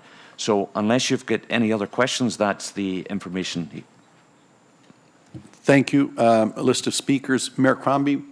Thank you, Chief. Thanks for the information. I'm not familiar. I should have gone back to check what each section of the code was, but can you tell us what the circumstances were around the 2 that were data was collected from? I can't go into fine details with respect to the stop, but I know that the 2 individuals were stopped in the Lakeshore area of Mississauga, and it was in complete compliance with the legislation as it is written, and it was checked by a supervisor to ensure it was under compliance, and then reported accordingly. Do we know why they were stopped? What was the rationale for stopping the individuals? Because there has to be probability of some cause. To go into the exact details, do you know the exact circumstances?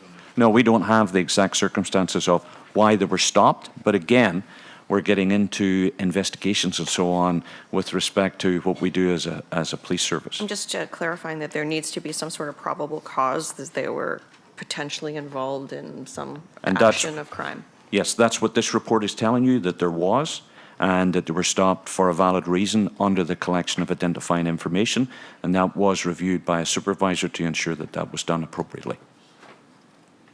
So we've gone from thousands of people stopped when we were conducting street checks to 2. That's right. But this wouldn't be considered a street check, Chief, would it? Because if it was in the pursuit of a crime investigation, that's still considered a street check? Street checks as they existed before no longer exist. Right. This here So why would this be under this heading? It was just people stopped because they were suspects. Well, there was obviously suspicious circumstances as why these individuals were stopped, and that fell under the category of the legislation of collection of identifying information, and as a result of that, we're required to report to the board that we did stop 2 people under that. And did it lead to an arrest? I can't answer that for you. It did not. Did not? No. Okay. Okay, thank you. Thank you. Any other questions from the board? I have one, probably a couple. First of all, and I thank Mayor Crombie because she touched upon it as well. The good news is we've gone from 4,000 to 2.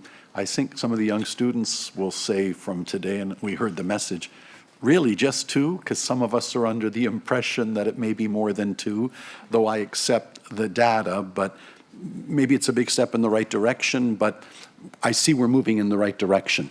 The bigger question I have, and I'm not asking it because of the report, I asked it when I became chair, because as you know, the issue of carding and street checks versus, if you will, good policing is a big challenge going forward, because we all want very good proactive policing. And so to the audience, I'm going to put a question to you that I put to the force when this came up. I was asking, can you distinguish it for me? Can we all agree on what the nature of doing your work is? And a very smart officer said the following to me.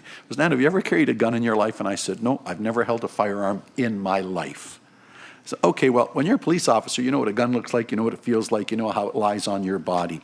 I was involved in a certain, doing my jobs going along, so to speak. I was in a certain area doing the work that I'm supposed to do. And I'm sure I saw a gentleman go by, and I could swear that from the way his jacket lay on the back of his back, that there was a gun in his back. Now, I would never pick up on something like that, but I can see someone who is experienced in policing might say, I think there is a condition there that gives me some concern.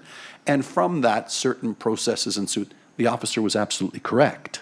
And of course, there was another intervening situation. There may have been a crime or something that they were following up on. I don't want to debate the point, perhaps.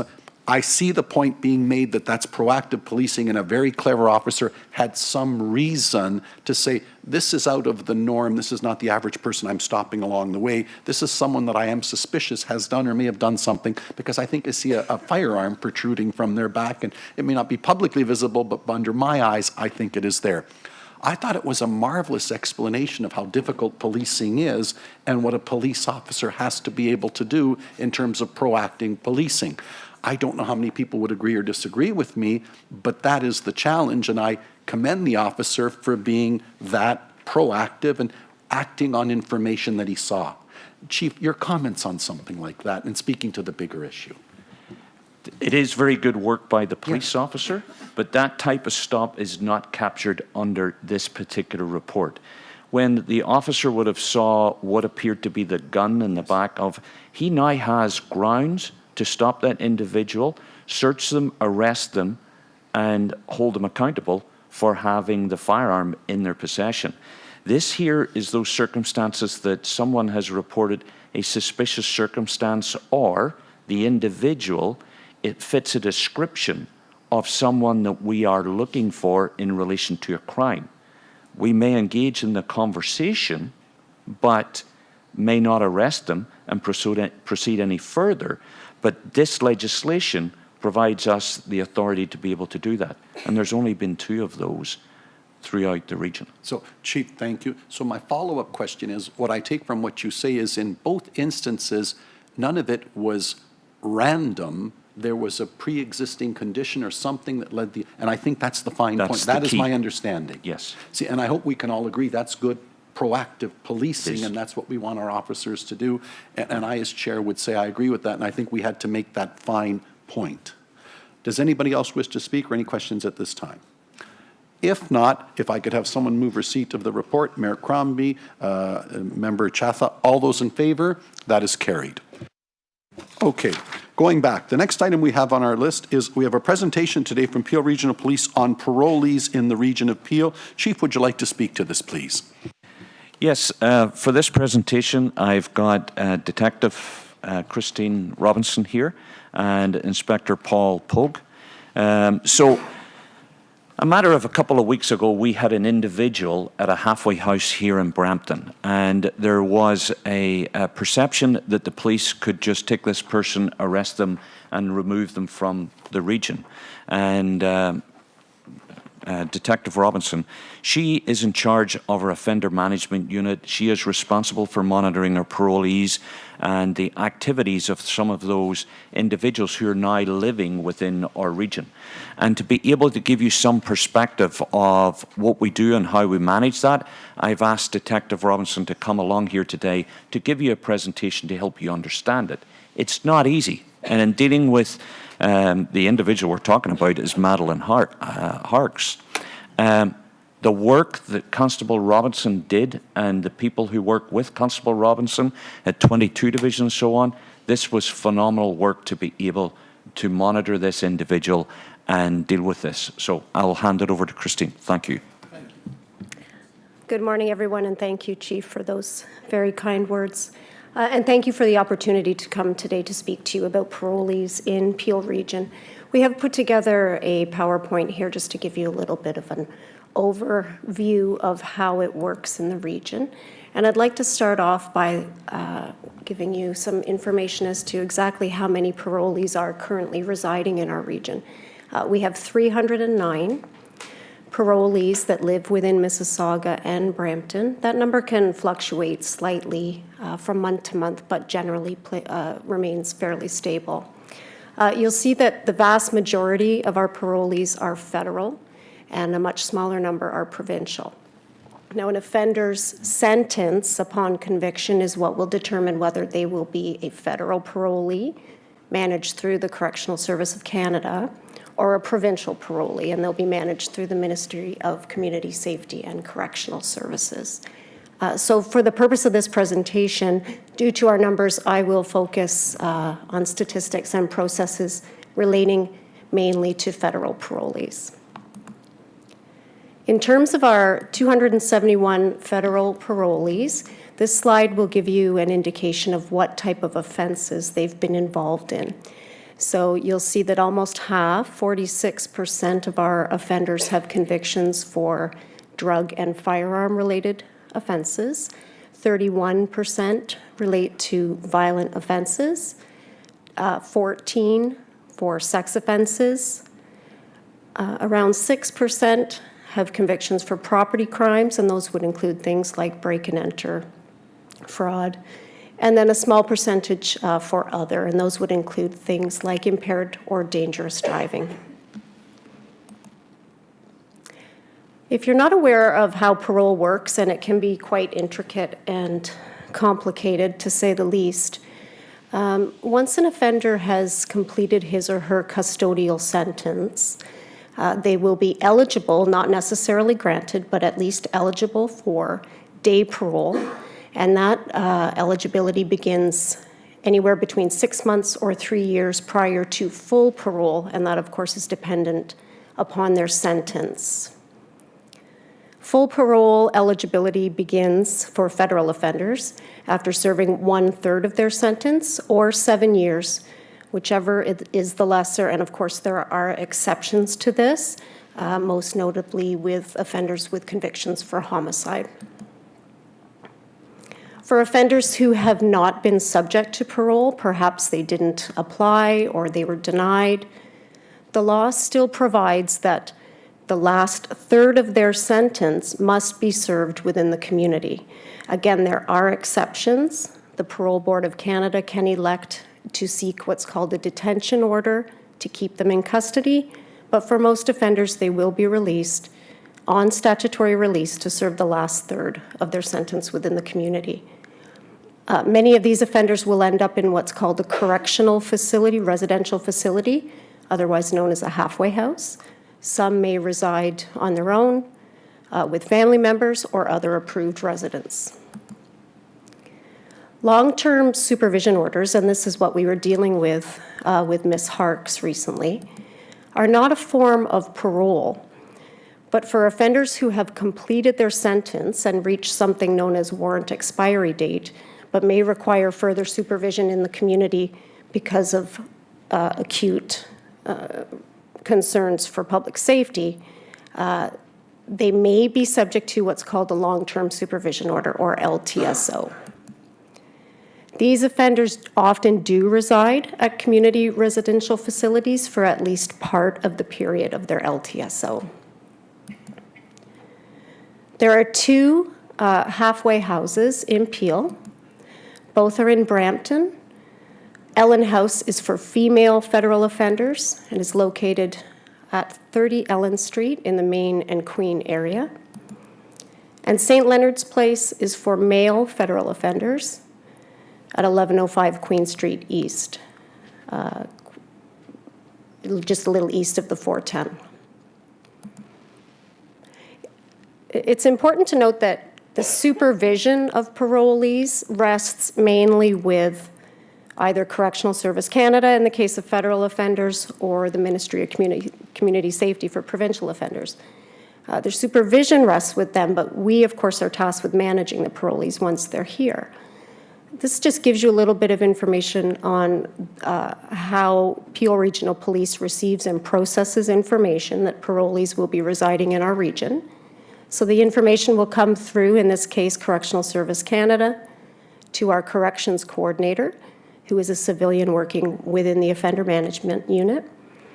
And if appropriate, the information will also be filtered over to our street crime gang unit for offenders that have gang affiliations. The information flows down to each of our 4 divisions for their knowledge and for the purpose of managing them. Particularly, most offenders are currently given condition to report to divisions once a month on the same day every month between certain hours, and if they don't, we report that back to the correctional service, and they have the option to suspend their parole. Peel Regional Police are also involved in curfew checks, mostly through the street crime gang unit for offenders who have street enforceable curfews, have to be in their home by a certain amount of time. We can do compliance checks, just general checks to go and make sure that the offenders are complying with conditions of their parole. Suitable investigative techniques that we can employ based on the offender's nature and type of offense. And then, of course, community safety notifications, which are quite rare, but we did implement that recently with Madeline Harks. As you may know, Ms. Harks had a prolific history of offending sexually against young children, particularly girls under the age of 8. She was residing at Ellen House. So we did issue a community safety notification for her. As well, we issued one in 2017, another female federal offender who was convicted of poisoning children who had been in her care. In her case, she was residing in the community with her mother and was not under the constant supervision of parole at a halfway house. So when we issue these community safety notifications, obviously it's a tricky balance between managing public safety risk with the privacy rights of these individuals. So that's why they don't happen very often, with just 2 since July of 2017. That's all I had in terms of presenting the information to you. Happy to answer any questions that you may have. Thank you. Questions at this time? Mayor Brown. I just wanted to say, through you, Chair, thank you for your incredible work on that difficult situation in Brampton. I know the community was alarmed, but it gives us a great sense of confidence when you see police work that is that diligent and having a rapid response like that. And so just wanted to underline, it makes you appreciate every dollar you spend in policing when you see effective community policing like that. Well, thank you very much, Mayor Brown. Thank you. Mayor Crombie? I want to say much the same thing. You acted so quickly, too, so we thank you. And I also want to congratulate Mayor Brown, because he really raised the awareness of this issue and fought for his community, and I thought you did a great job. It sounds as though there were other communities that pushed back on Madeline Harks before she even was placed in their community, so we'd like to know how we can have influence over whichever authority makes those decisions to prevent it from happening before it does. Thank you for your question, and through the chair. The decision on when and where to place offenders rests solely with the Correctional Service of Canada. They don't ask for police input as to where offenders are going to be placed. So I may not be fully qualified to answer your question, but I can say that there are often a number of factors that play into corrections' decision on where to place offenders. Those factors could include where the offender has the best positive support system, family members. It may be where will that offender receive the best services if they're in need of counseling or therapy. It could be which house would provide the best treatment and supervision of an offender's individual criminogenic concerns. It may be something as simple as who has space. I know that in the case of Ms. Harks, and again, I am not qualified to say too much about that, but I know that she was moved there initially. There were some issues at her other homes, but then... Wait, she had been elsewhere first? Yeah. Where?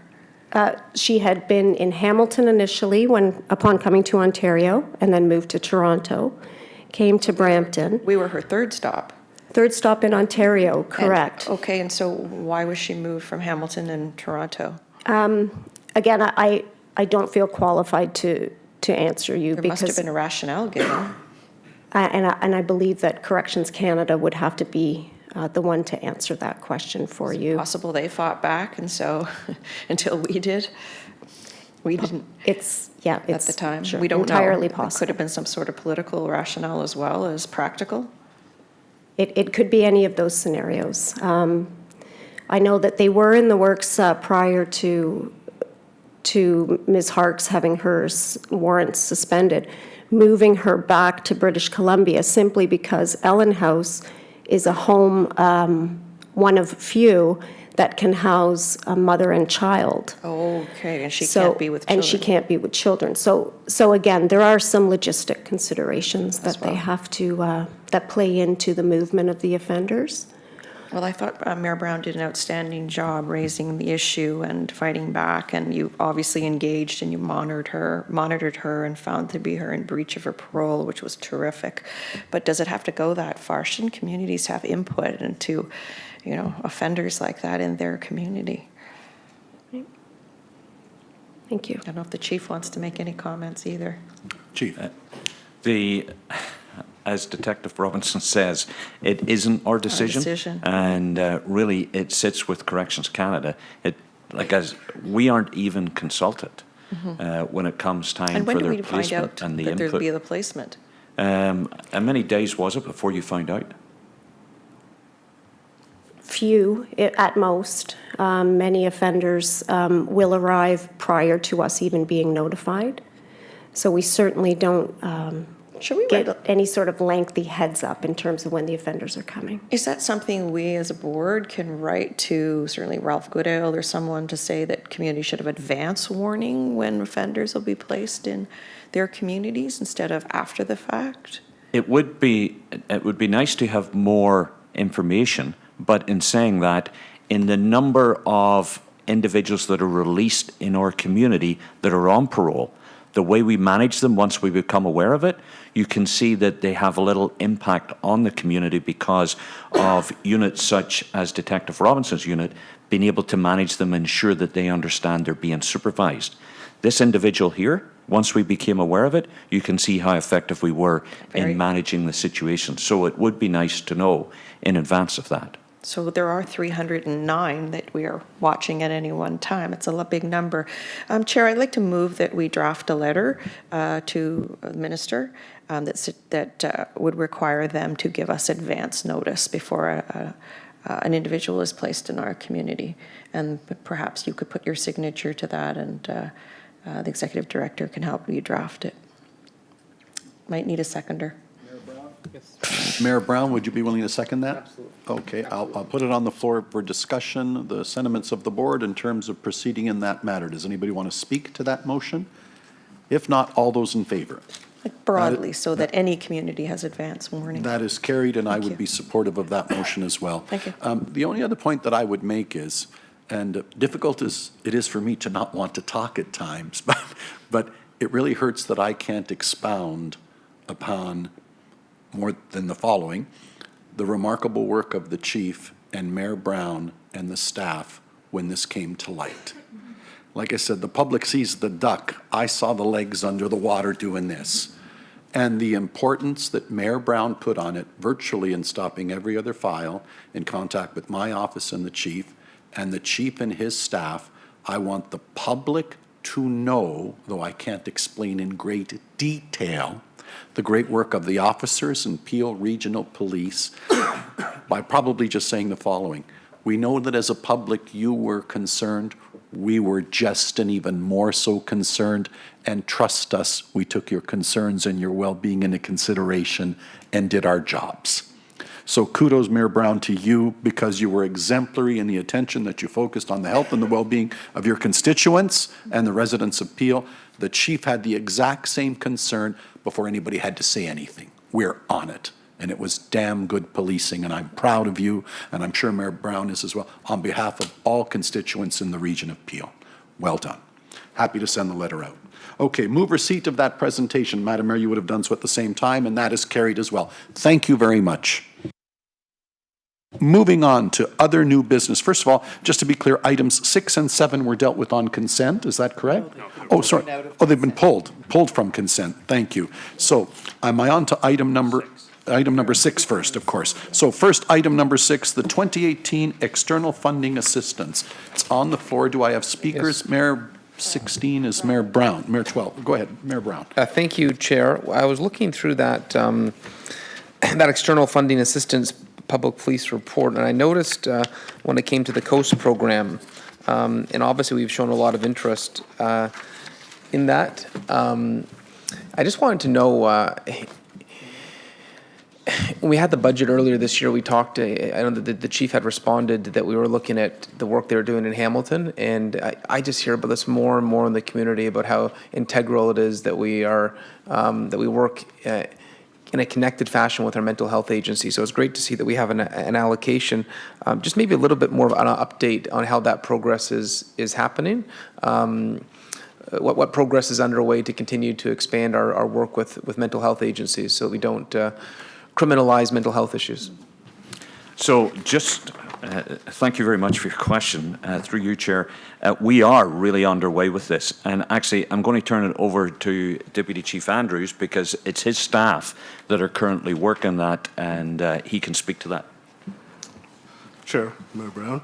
We're currently working with CMHA Canada and, pardon me, CAMH, and we're developing or taking the initial steps in developing an MCERT program similar to the Hamilton and Halton model. That model will allow us to respond to a mental health crisis in a much more efficient and effective way. The first steps in that process are a KPMG study that's being done right now, and the report should be to our office by the end of the month, I believe, Chief? Yes, we're guaranteed that it'll be with us by the end of the month, and then we're going to have to come up with the resources to be able to do that and fill those spots. We are relying on medical professionals to be provided to be able to do this. That's the model that Hamilton run on and that the other police services run on. So it will take another couple of months to implement, but at the same time, the right step is to have KPMG to do the review of it and then be able to give us their findings so that we do this effectively and efficiently. The expectation is that the actual implementation and rollout of the MCERT program in Peel will be Q1 in 2020. Well, that's wonderful to hear. That's really, really encouraging. So the 4 officers that are seconded right now, is this as part of the existing program or helping build the new program? The 4 officers seconded right now are part of the existing program. Now, to be clear, COAST is not a crisis response model. It is a follow-on program. MCERT is an actual crisis response model where we combine with a mental health care professional that responds to someone that's actually in crisis. The calls that we're currently going to, the mental health care worker is going to come with us as opposed to the COAST model, which is a model where we attend sort of not in crisis, but as a follow-on process. But COAST is supposed to support the MCERT model, and going forward, what we want to do is have a COAST program that is more expansive and more effective, and an MCERT program that does not criminalize mental health. Okay, well, great. Well, I'd just say prior to the rollout, it'd be great to be updated on this program. I was blown away when I toured the Hamilton model, so it's really exciting that could be coming our way. Just in response to that, Mayor Brown, once the KPMG report is completed, we'll be completing our own in-house CMG report that we'll bring to the board for information on how the model will look in Peel. Thank you. If there's no other questions, receipt will be moved by Mayor Brown, seconded by Member Nicholson. All those in favor? That is carried. That brings us to item 7, 2018 hate-motivated crimes. Mayor Crombie, you asked for this to be held? Yeah, I did. Thank you, Chair. So thank you for this report. It was very eye-opening. First, let me say congratulations on the Safe Place program. I hope that our city halls are included in a safe place. Everyone was welcome in my city hall anytime. I wanted to talk about the rise in hate crimes in 2017, and we see what they were. Largely anti-Muslim and anti-Semitic kind of graffiti, and but I wondered if we understand why. Was it just that those individuals were more active that year? There was a real bump, which is, I'm grateful that it came down in 2018, but it's almost rose threefold from 2016. Actually, to be able to answer your questions, I've got Detective Ishmael Ferris here, Ferris Ishmael, and Detective Inspector Tawfiq Saliba here to be able to answer those questions for you, because it is an important issue. Yes. And you will hear from them that there was one individual was responsible for a lot of this. Is that right? So I will hand it over to them to be able to speak to it. Thank you very much, Chief. Good afternoon, everybody. As you see, you have the report in front of you, so I'm just going to go over a few of the key points, if that's okay, just as a start-off point. And I think it'll help actually set the stage for the answer to that specific question, because there is evidence that we can speak to, that I can actually speak to why those numbers went up and why, in fact, we believe that they've gone down as well. The 2018 report, you'll see that in 2017, the numbers were 158 hate crime matters, and that dropped significantly to 107 in 2018. Of the 107 in 2018, 32% of those resulted in charges. Of the 107, I think it's important to note that 50% of them, or 53, were actually mischief-related, and then 17 were threats, 13 were assaults, and it went on from there. And when you look at the totality of the situation, of all of the criminal code offenses that were reported to Peel Regional Police in 2018, hate-motivated crimes were in fact 0.25% of those. Yeah. However, that is certainly not to minimize the impact of hate and the fact that it is a unique type of crime that does create an element of fear and that does have a broader residual impact on the communities, which is why what I'd like to share with you is some of the initiatives that we've put in place within the last couple of years, and to be able to provide some context to those initiatives so that you can better understand why we believe that the impact and the ripple effect of those have actually created a climate within our community, one, to understand the value of reporting these incidents to us, but also collectively and us and our politicians and the PSB, we have all stood very firm against hate in all its forms, and we believe that that information is resonating with the public. And so I'd like to start off with just some of the things that we've put in place very quickly. Our hate-motivated crime fact cards, which now are available at all of our divisions. There seems to be to some degree, a common misunderstanding amongst our public about what we can and we cannot do as police in relation to hate, into hate crime files and crimes and or incidents. And that's important for us to be able to also let them know the autonomy we have, the legislations that are in place, and then the legal thresholds that we always have to navigate in and when we're dealing with these types of files. So that information is now readily available at each division so that it's not incumbent upon the officers there to have to articulate the detailed, nuanced information. Beyond that, we've created a hate-motivated crime guidebook that is now available to all of our officers in real time at any time via any of their electronic devices on their handhelds and or that. And the beauty of that, again, is it gives them real-time context if and when they have to deal with these issues so that they can better understand how to handle them, what information information they need to collect, and how to best deal with the victims, of course, in an empathetic and compassionate manner. We've also created a religious and cultural awareness guidebook that is now also readily available to all of our officers at all times. And again, it's important within this context because it's our officers that have to respond to the victims of these matters. And as we all understand, these victims are sometimes terrified. And in fact, what we also know when it comes to incidents is that a lot of community members, and there's abundant research just to prove that a lot of people, the first time that they call police related to a hate incident is in fact not the first time that they've been victimized by it.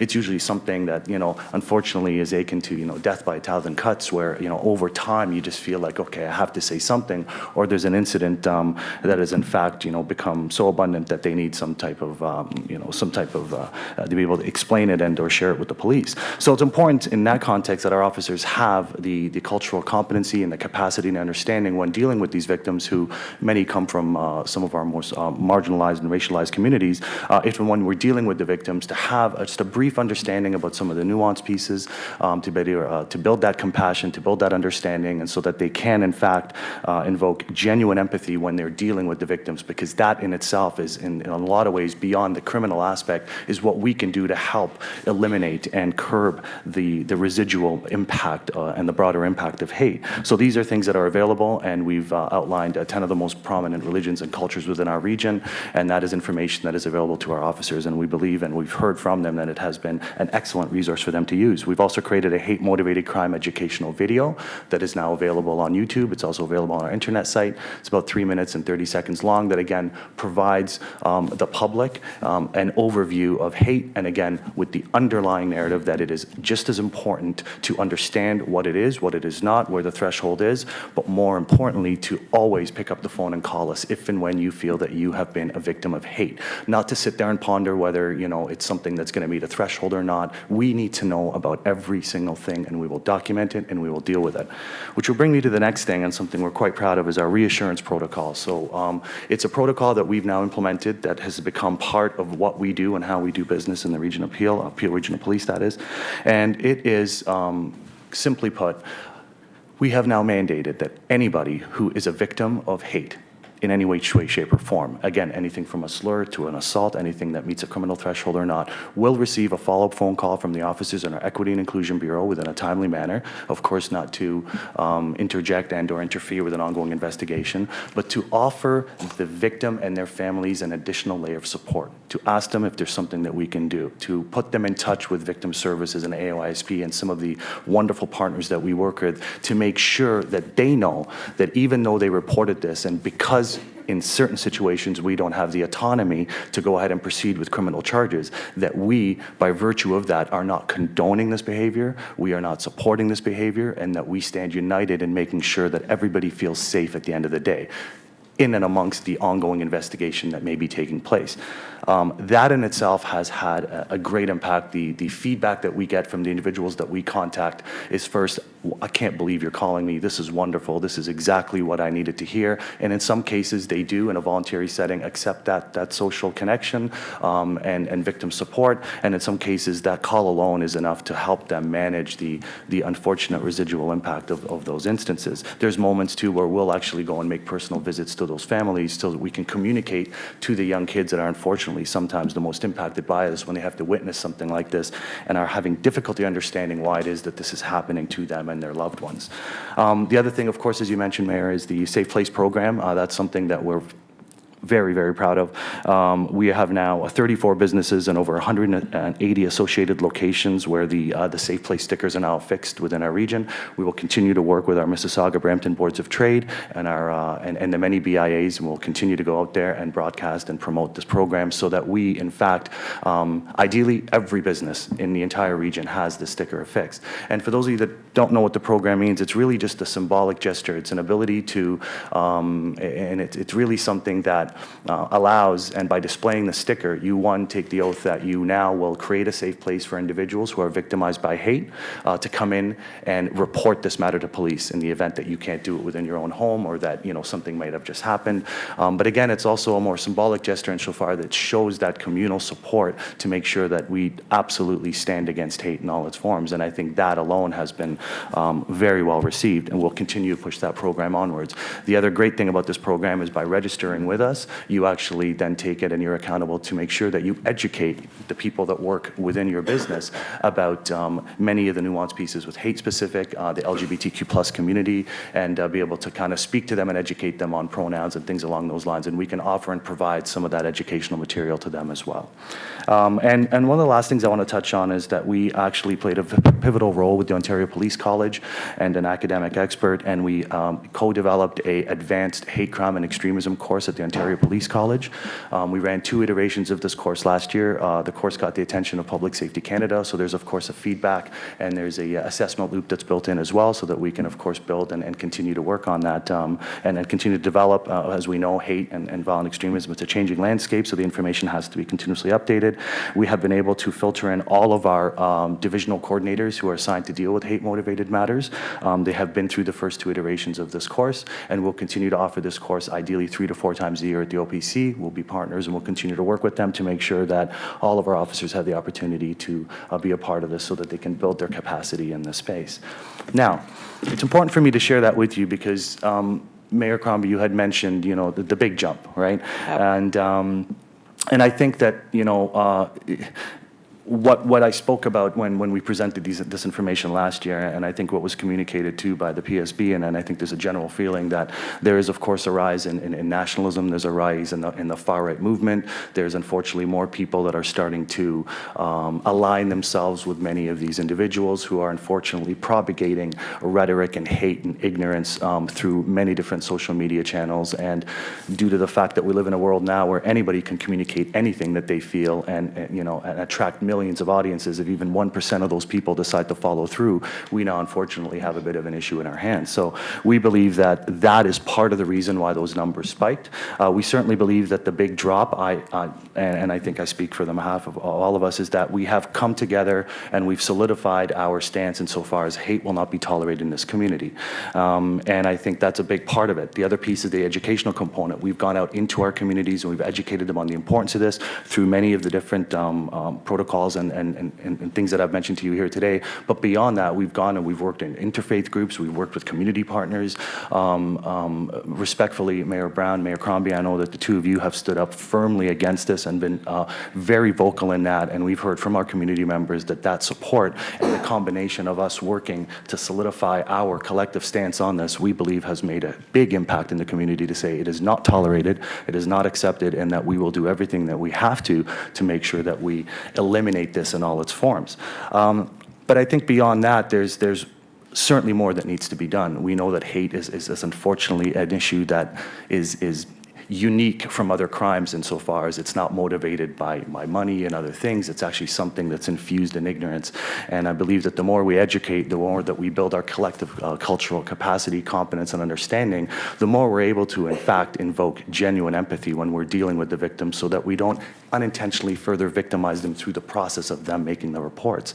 And I think that that's something that we'll continue to build and work on. And so on that note, I hope I've answered the question. I know that's part of the reason why. I can tell you this as well, that we did know that in 2017, we believe that 2 of the culprits that made up for 60% of the mischief crimes were in fact dedicated to 2 suspects. I'm happy to report that some of the excellent work done by our 11 division officers identified one of those suspects, and 12 division, identified one of those suspects, and he was charged with 45 counts of mischief. And the majority of those mischief were actually, unfortunately, Muslim related. And so that is partly why you see the big drop in numbers. So in They've been convicted? Has gone to trial? It's a live case that's before the courts. But there's an abundance of evidence. Are you allowed to say who? No? You can't. No, yeah. But that's part of the reason why you'll see that drop in numbers. But I think it just further validated the point that we had originally made, that we felt that the big spike in numbers was unfortunately associated to these 2 individuals because of the fact that they had made up over 60% of the crimes related to mischief in the community. So that, again, with the rise of the far-right nationalism, I think something that we understand, and our collective efforts to mitigate these issues is why we feel that there was a significant drop in numbers to this date. Okay, I think I still have the floor, right? So I think you're quite right. Tone at the top is so important. And so the chief and Mayor Brown, myself, the chair, we have to set that tone that there is no tolerance for intolerance in our communities. And it's incumbent on us to stand with the communities when incidents do occur. And I've always tried to do so. And I know Mayor Brown has as well. So I was interested in your follow-up process. So in July of 2018, Abu Marzouk was savagely beaten unfortunately in the parking lot of one of my community centers in front of his family and children. So has there been follow-up with this individual as well? He's spent significant time in rehabilitation in the hospital. Yeah, that was a very unfortunate file, and I think something heartbreaking. That it really was. It really was, and I know that in dealing with the investigating officers, I think those two individuals were caught, apprehended, and charged. They certainly were. They certainly were. There has been, and I know there was initial follow-up by our Central Investigation Bureau officers, those that actually connected with the families at that time. Shortly after is when we operationalized our reassurance protocol, and there has been some level of connect with that family to make sure that they have the resources that they require and that they need, and will continue to make an effort to do so. I wonder if you might follow up, and if somebody could give me their contact, and I'll place a call myself, if that's possible with privacy laws. Yes, of course. I'd like to follow up as well. I was also noted that victim of a hate crime myself, and the Attorney General took on the case, but I don't know the standing of it. I don't know how I find out if it's still active or not. As a former Attorney General. I will get you an update on that. Thank you so much. Thank you. Okay, that's all for me. Thank you. Thank you, Madam Mayor. And with that, Madam Mayor, you'll move receipt of the presentation, seconded by Mayor Brown. All those in favor? That is carried. Well done, officer. You've acquitted yourself very, very well. Thanks for being here today. Thank you very much, Chair. And Chair, through you, if I could just say, as you can see, Detective Ishmael is very, very passionate about this. In fact, he's very passionate about everything that he does within Peel Regional Police. But he, as the supervisor within this particular unit, has taken us so far forward on this. We are one of the leaders in Ontario on this, and that's why the Ontario Police College rely on him to design their presentations and design the work that they have to deliver to the recruits. So well done. We call him Ish. Okay, so well done. Thank you. He's a fine ambassador for the force. Thank Last you word to you. Just thank you very much. Thank you. Well done. Thank you. Okay, that brings us back to the other business. I'm going to get back to, I voted on that. We've dealt with 6 and 7. Item 8, the Provincial Anti-Violence Intervention Strategy, PAVIS grant, the final progress report. Chief, did you want to speak to the report? Item 8. I have nothing to add. It was on the consent agenda, so Oh, I it's only 6 and 7. This was, so I've got it under new business. We dealt with 6 and 7, so this is yet to be dealt with, as I understand. Is that correct? Yeah. So the chief has nothing further. If everybody else is satisfied, if Ms. Nicholson would move receipt of the report, seconded by Ron. All those in favor? That is carried. Item 9, Court Security and Prisoner Transportation Program Annual Financial Report. Chief, anything on this? Nothing in addition. It's self-explanatory within the report. Very good. Anybody? I wasn't clear myself, but I'm. Just point of clarification, I thought it was just 6 and 7. Does that take me to 12? That was pulled, yeah. Everything Thank else you. is in I consent. wasn't clear on that myself. Okay, on to item 12 then, Youth and Policing Initiative, Request for Police Services Board Funding. Chief, any comments? The comments that I would have, each year we participate in the Youth and Policing Initiative that is actually funded by the province. But last year, the board kindly funded an additional 5 students to join us for the Youth and Policing program. And our request is that maybe the board would consider funding that out of the community fund moving forward over the next number of years. And then if there's a time we need to revisit it, we can revisit it at that time. Maybe, Rob, a great idea. I would certainly be supportive. Do we have an idea of what the total financial commitment is, what the moving parts would be? Is you're looking at a commitment of approximately $24,000. Right, so that falls within my authority to fund that. So I think that what we should do is continue to fund that, and then the board has an opportunity to review that funding anytime the YIPI program comes forward for a review of the program in and of itself, it may need to expand, it may need to decrease, but we can review that when the program comes to the board for its review. Very good. Any comments or questions from the board? Mayor Crombie. Yep, me again, sorry. No, not at all. Just first want to say how much I love the YIPI program, and congratulations, and I'm so delighted that it's being expanded. I've met some of the youth that have gone through it, and they've just transformed. So it's wonderful. I'm glad we're putting this support behind it so that an additional 5 youth can attend. And this is, I understand, from our victim services funding, is that right? And I wonder maybe from our executive director if we have criteria around how we budget the fund and how it is spent, and is there terms of reference? This I hope would qualify because it goes to youth at risk and et cetera. It's a wonderful cause, but generally speaking, where the monies are spent and what the terms of reference are, and if we sit down and review it sometime, maybe tighten it up. Yep, so the board has a policy on the CSRF, so the Community Support and Recognition Fund. It was last amended last year to expand to fund more programs like the YIPI program. And perhaps rather than trying to go through it on this item, what I can do is come back, or I can come back for the June board meeting with a report on the program, and we can have a further discussion at that point. I just want to see what our terms of reference are, which sorts of groups, organizations, activities that it funds, because at the end of the day, it's proceeds of crime. It should go back to the victims of crime or youth, et cetera. Very good. Ms. Nicholson.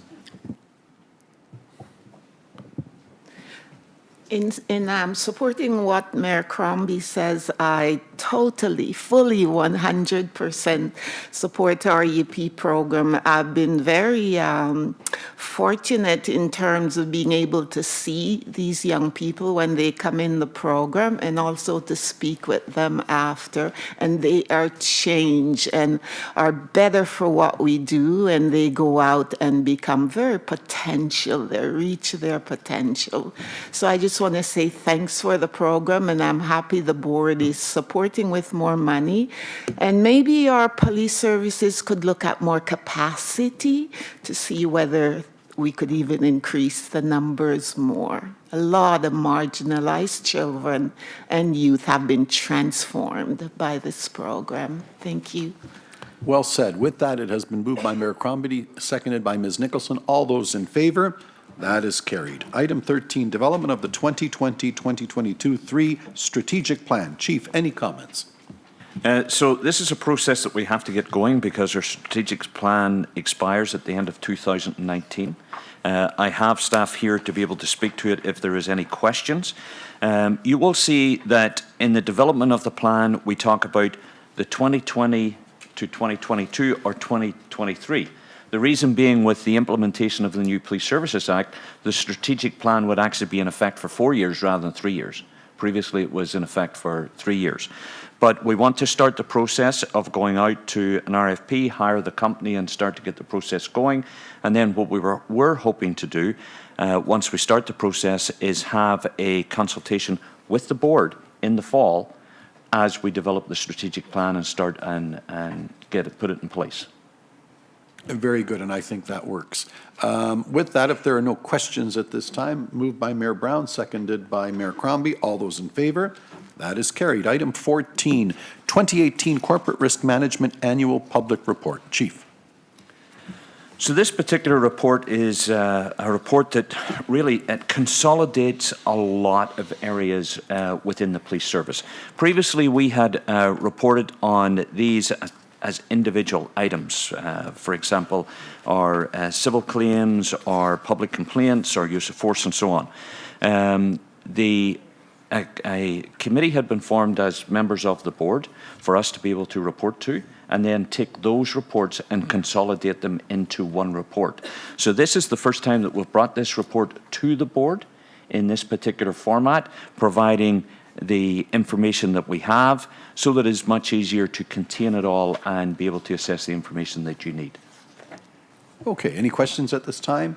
Seeing none, moved by Ms. Nicholson, seconded by Mayor Brown. All those in favor? That is carried. Item 15, 2018 Peel Regional Police Annual Report. Chief, any comments? The only comments I have, we always bring this report to the board to allow the board to see the report before we actually go to print, and then to release the report later this year. And the work that has gone into this by our staff has been phenomenal. You will see it as a very, very professional production. Yes. Seeing no questions, moved by Mr. Chadha, seconded by Ms. Nicholson. All those in favor? That is carried. That brings me to item 16, Peel Police Services Board Committee Mandates. Rob, this is over to you. So I won't take too much time either. Linked to item 14, so when we did streamline our reporting, we also realized that the role of the committees can be better utilized. And we also found that we had too many committees for the type of work that we were doing. So in an effort to continue to find efficiencies and streamline a little bit, we've gone from, the recommendation is to go from 6 down to 3 committees, which frees up a bit more time for board members to do to carry out their roles in the most efficient manner possible. There's also a fourth. It's an ad hoc committee. It only comes up every so often, and that's on collective bargaining, and it's relevant this year because we will enter into collective bargaining with our 2 associations later this year. So it's what I'm asking for is approval of the 3 proposed standing committees, then the 1 ad hoc committee, and then we will work on membership once we have a full complement of board members, which we hope will happen before the June board meeting, at which point we can come back and approve the committee membership. Very good. Any questions at this time? Seeing none, moved by Mayor Crombie, seconded by Mayor Brown. All those in favor? That is carried. Great. That brings me to the end of the meeting, but I do have some concluding remarks just because it's a subject of interest. Before we adjourn, I wanted to announce that we have launched the next phase of our search for a new full-time chief of police. The next phase includes a public survey to gather information from the community regarding what attributes the board should be looking for in a new chief. You can find a link to the survey starting on Monday, April 15 on the board's website at peelpoliceboard.ca. I encourage everyone to fill out the survey and make your voices heard. With that, we will now adjourn for just a few minutes and then move into camera. With that, thank you all for being in attendance today. And we'll be back in 5 minutes if everybody wants a quick break. Thank you all once again.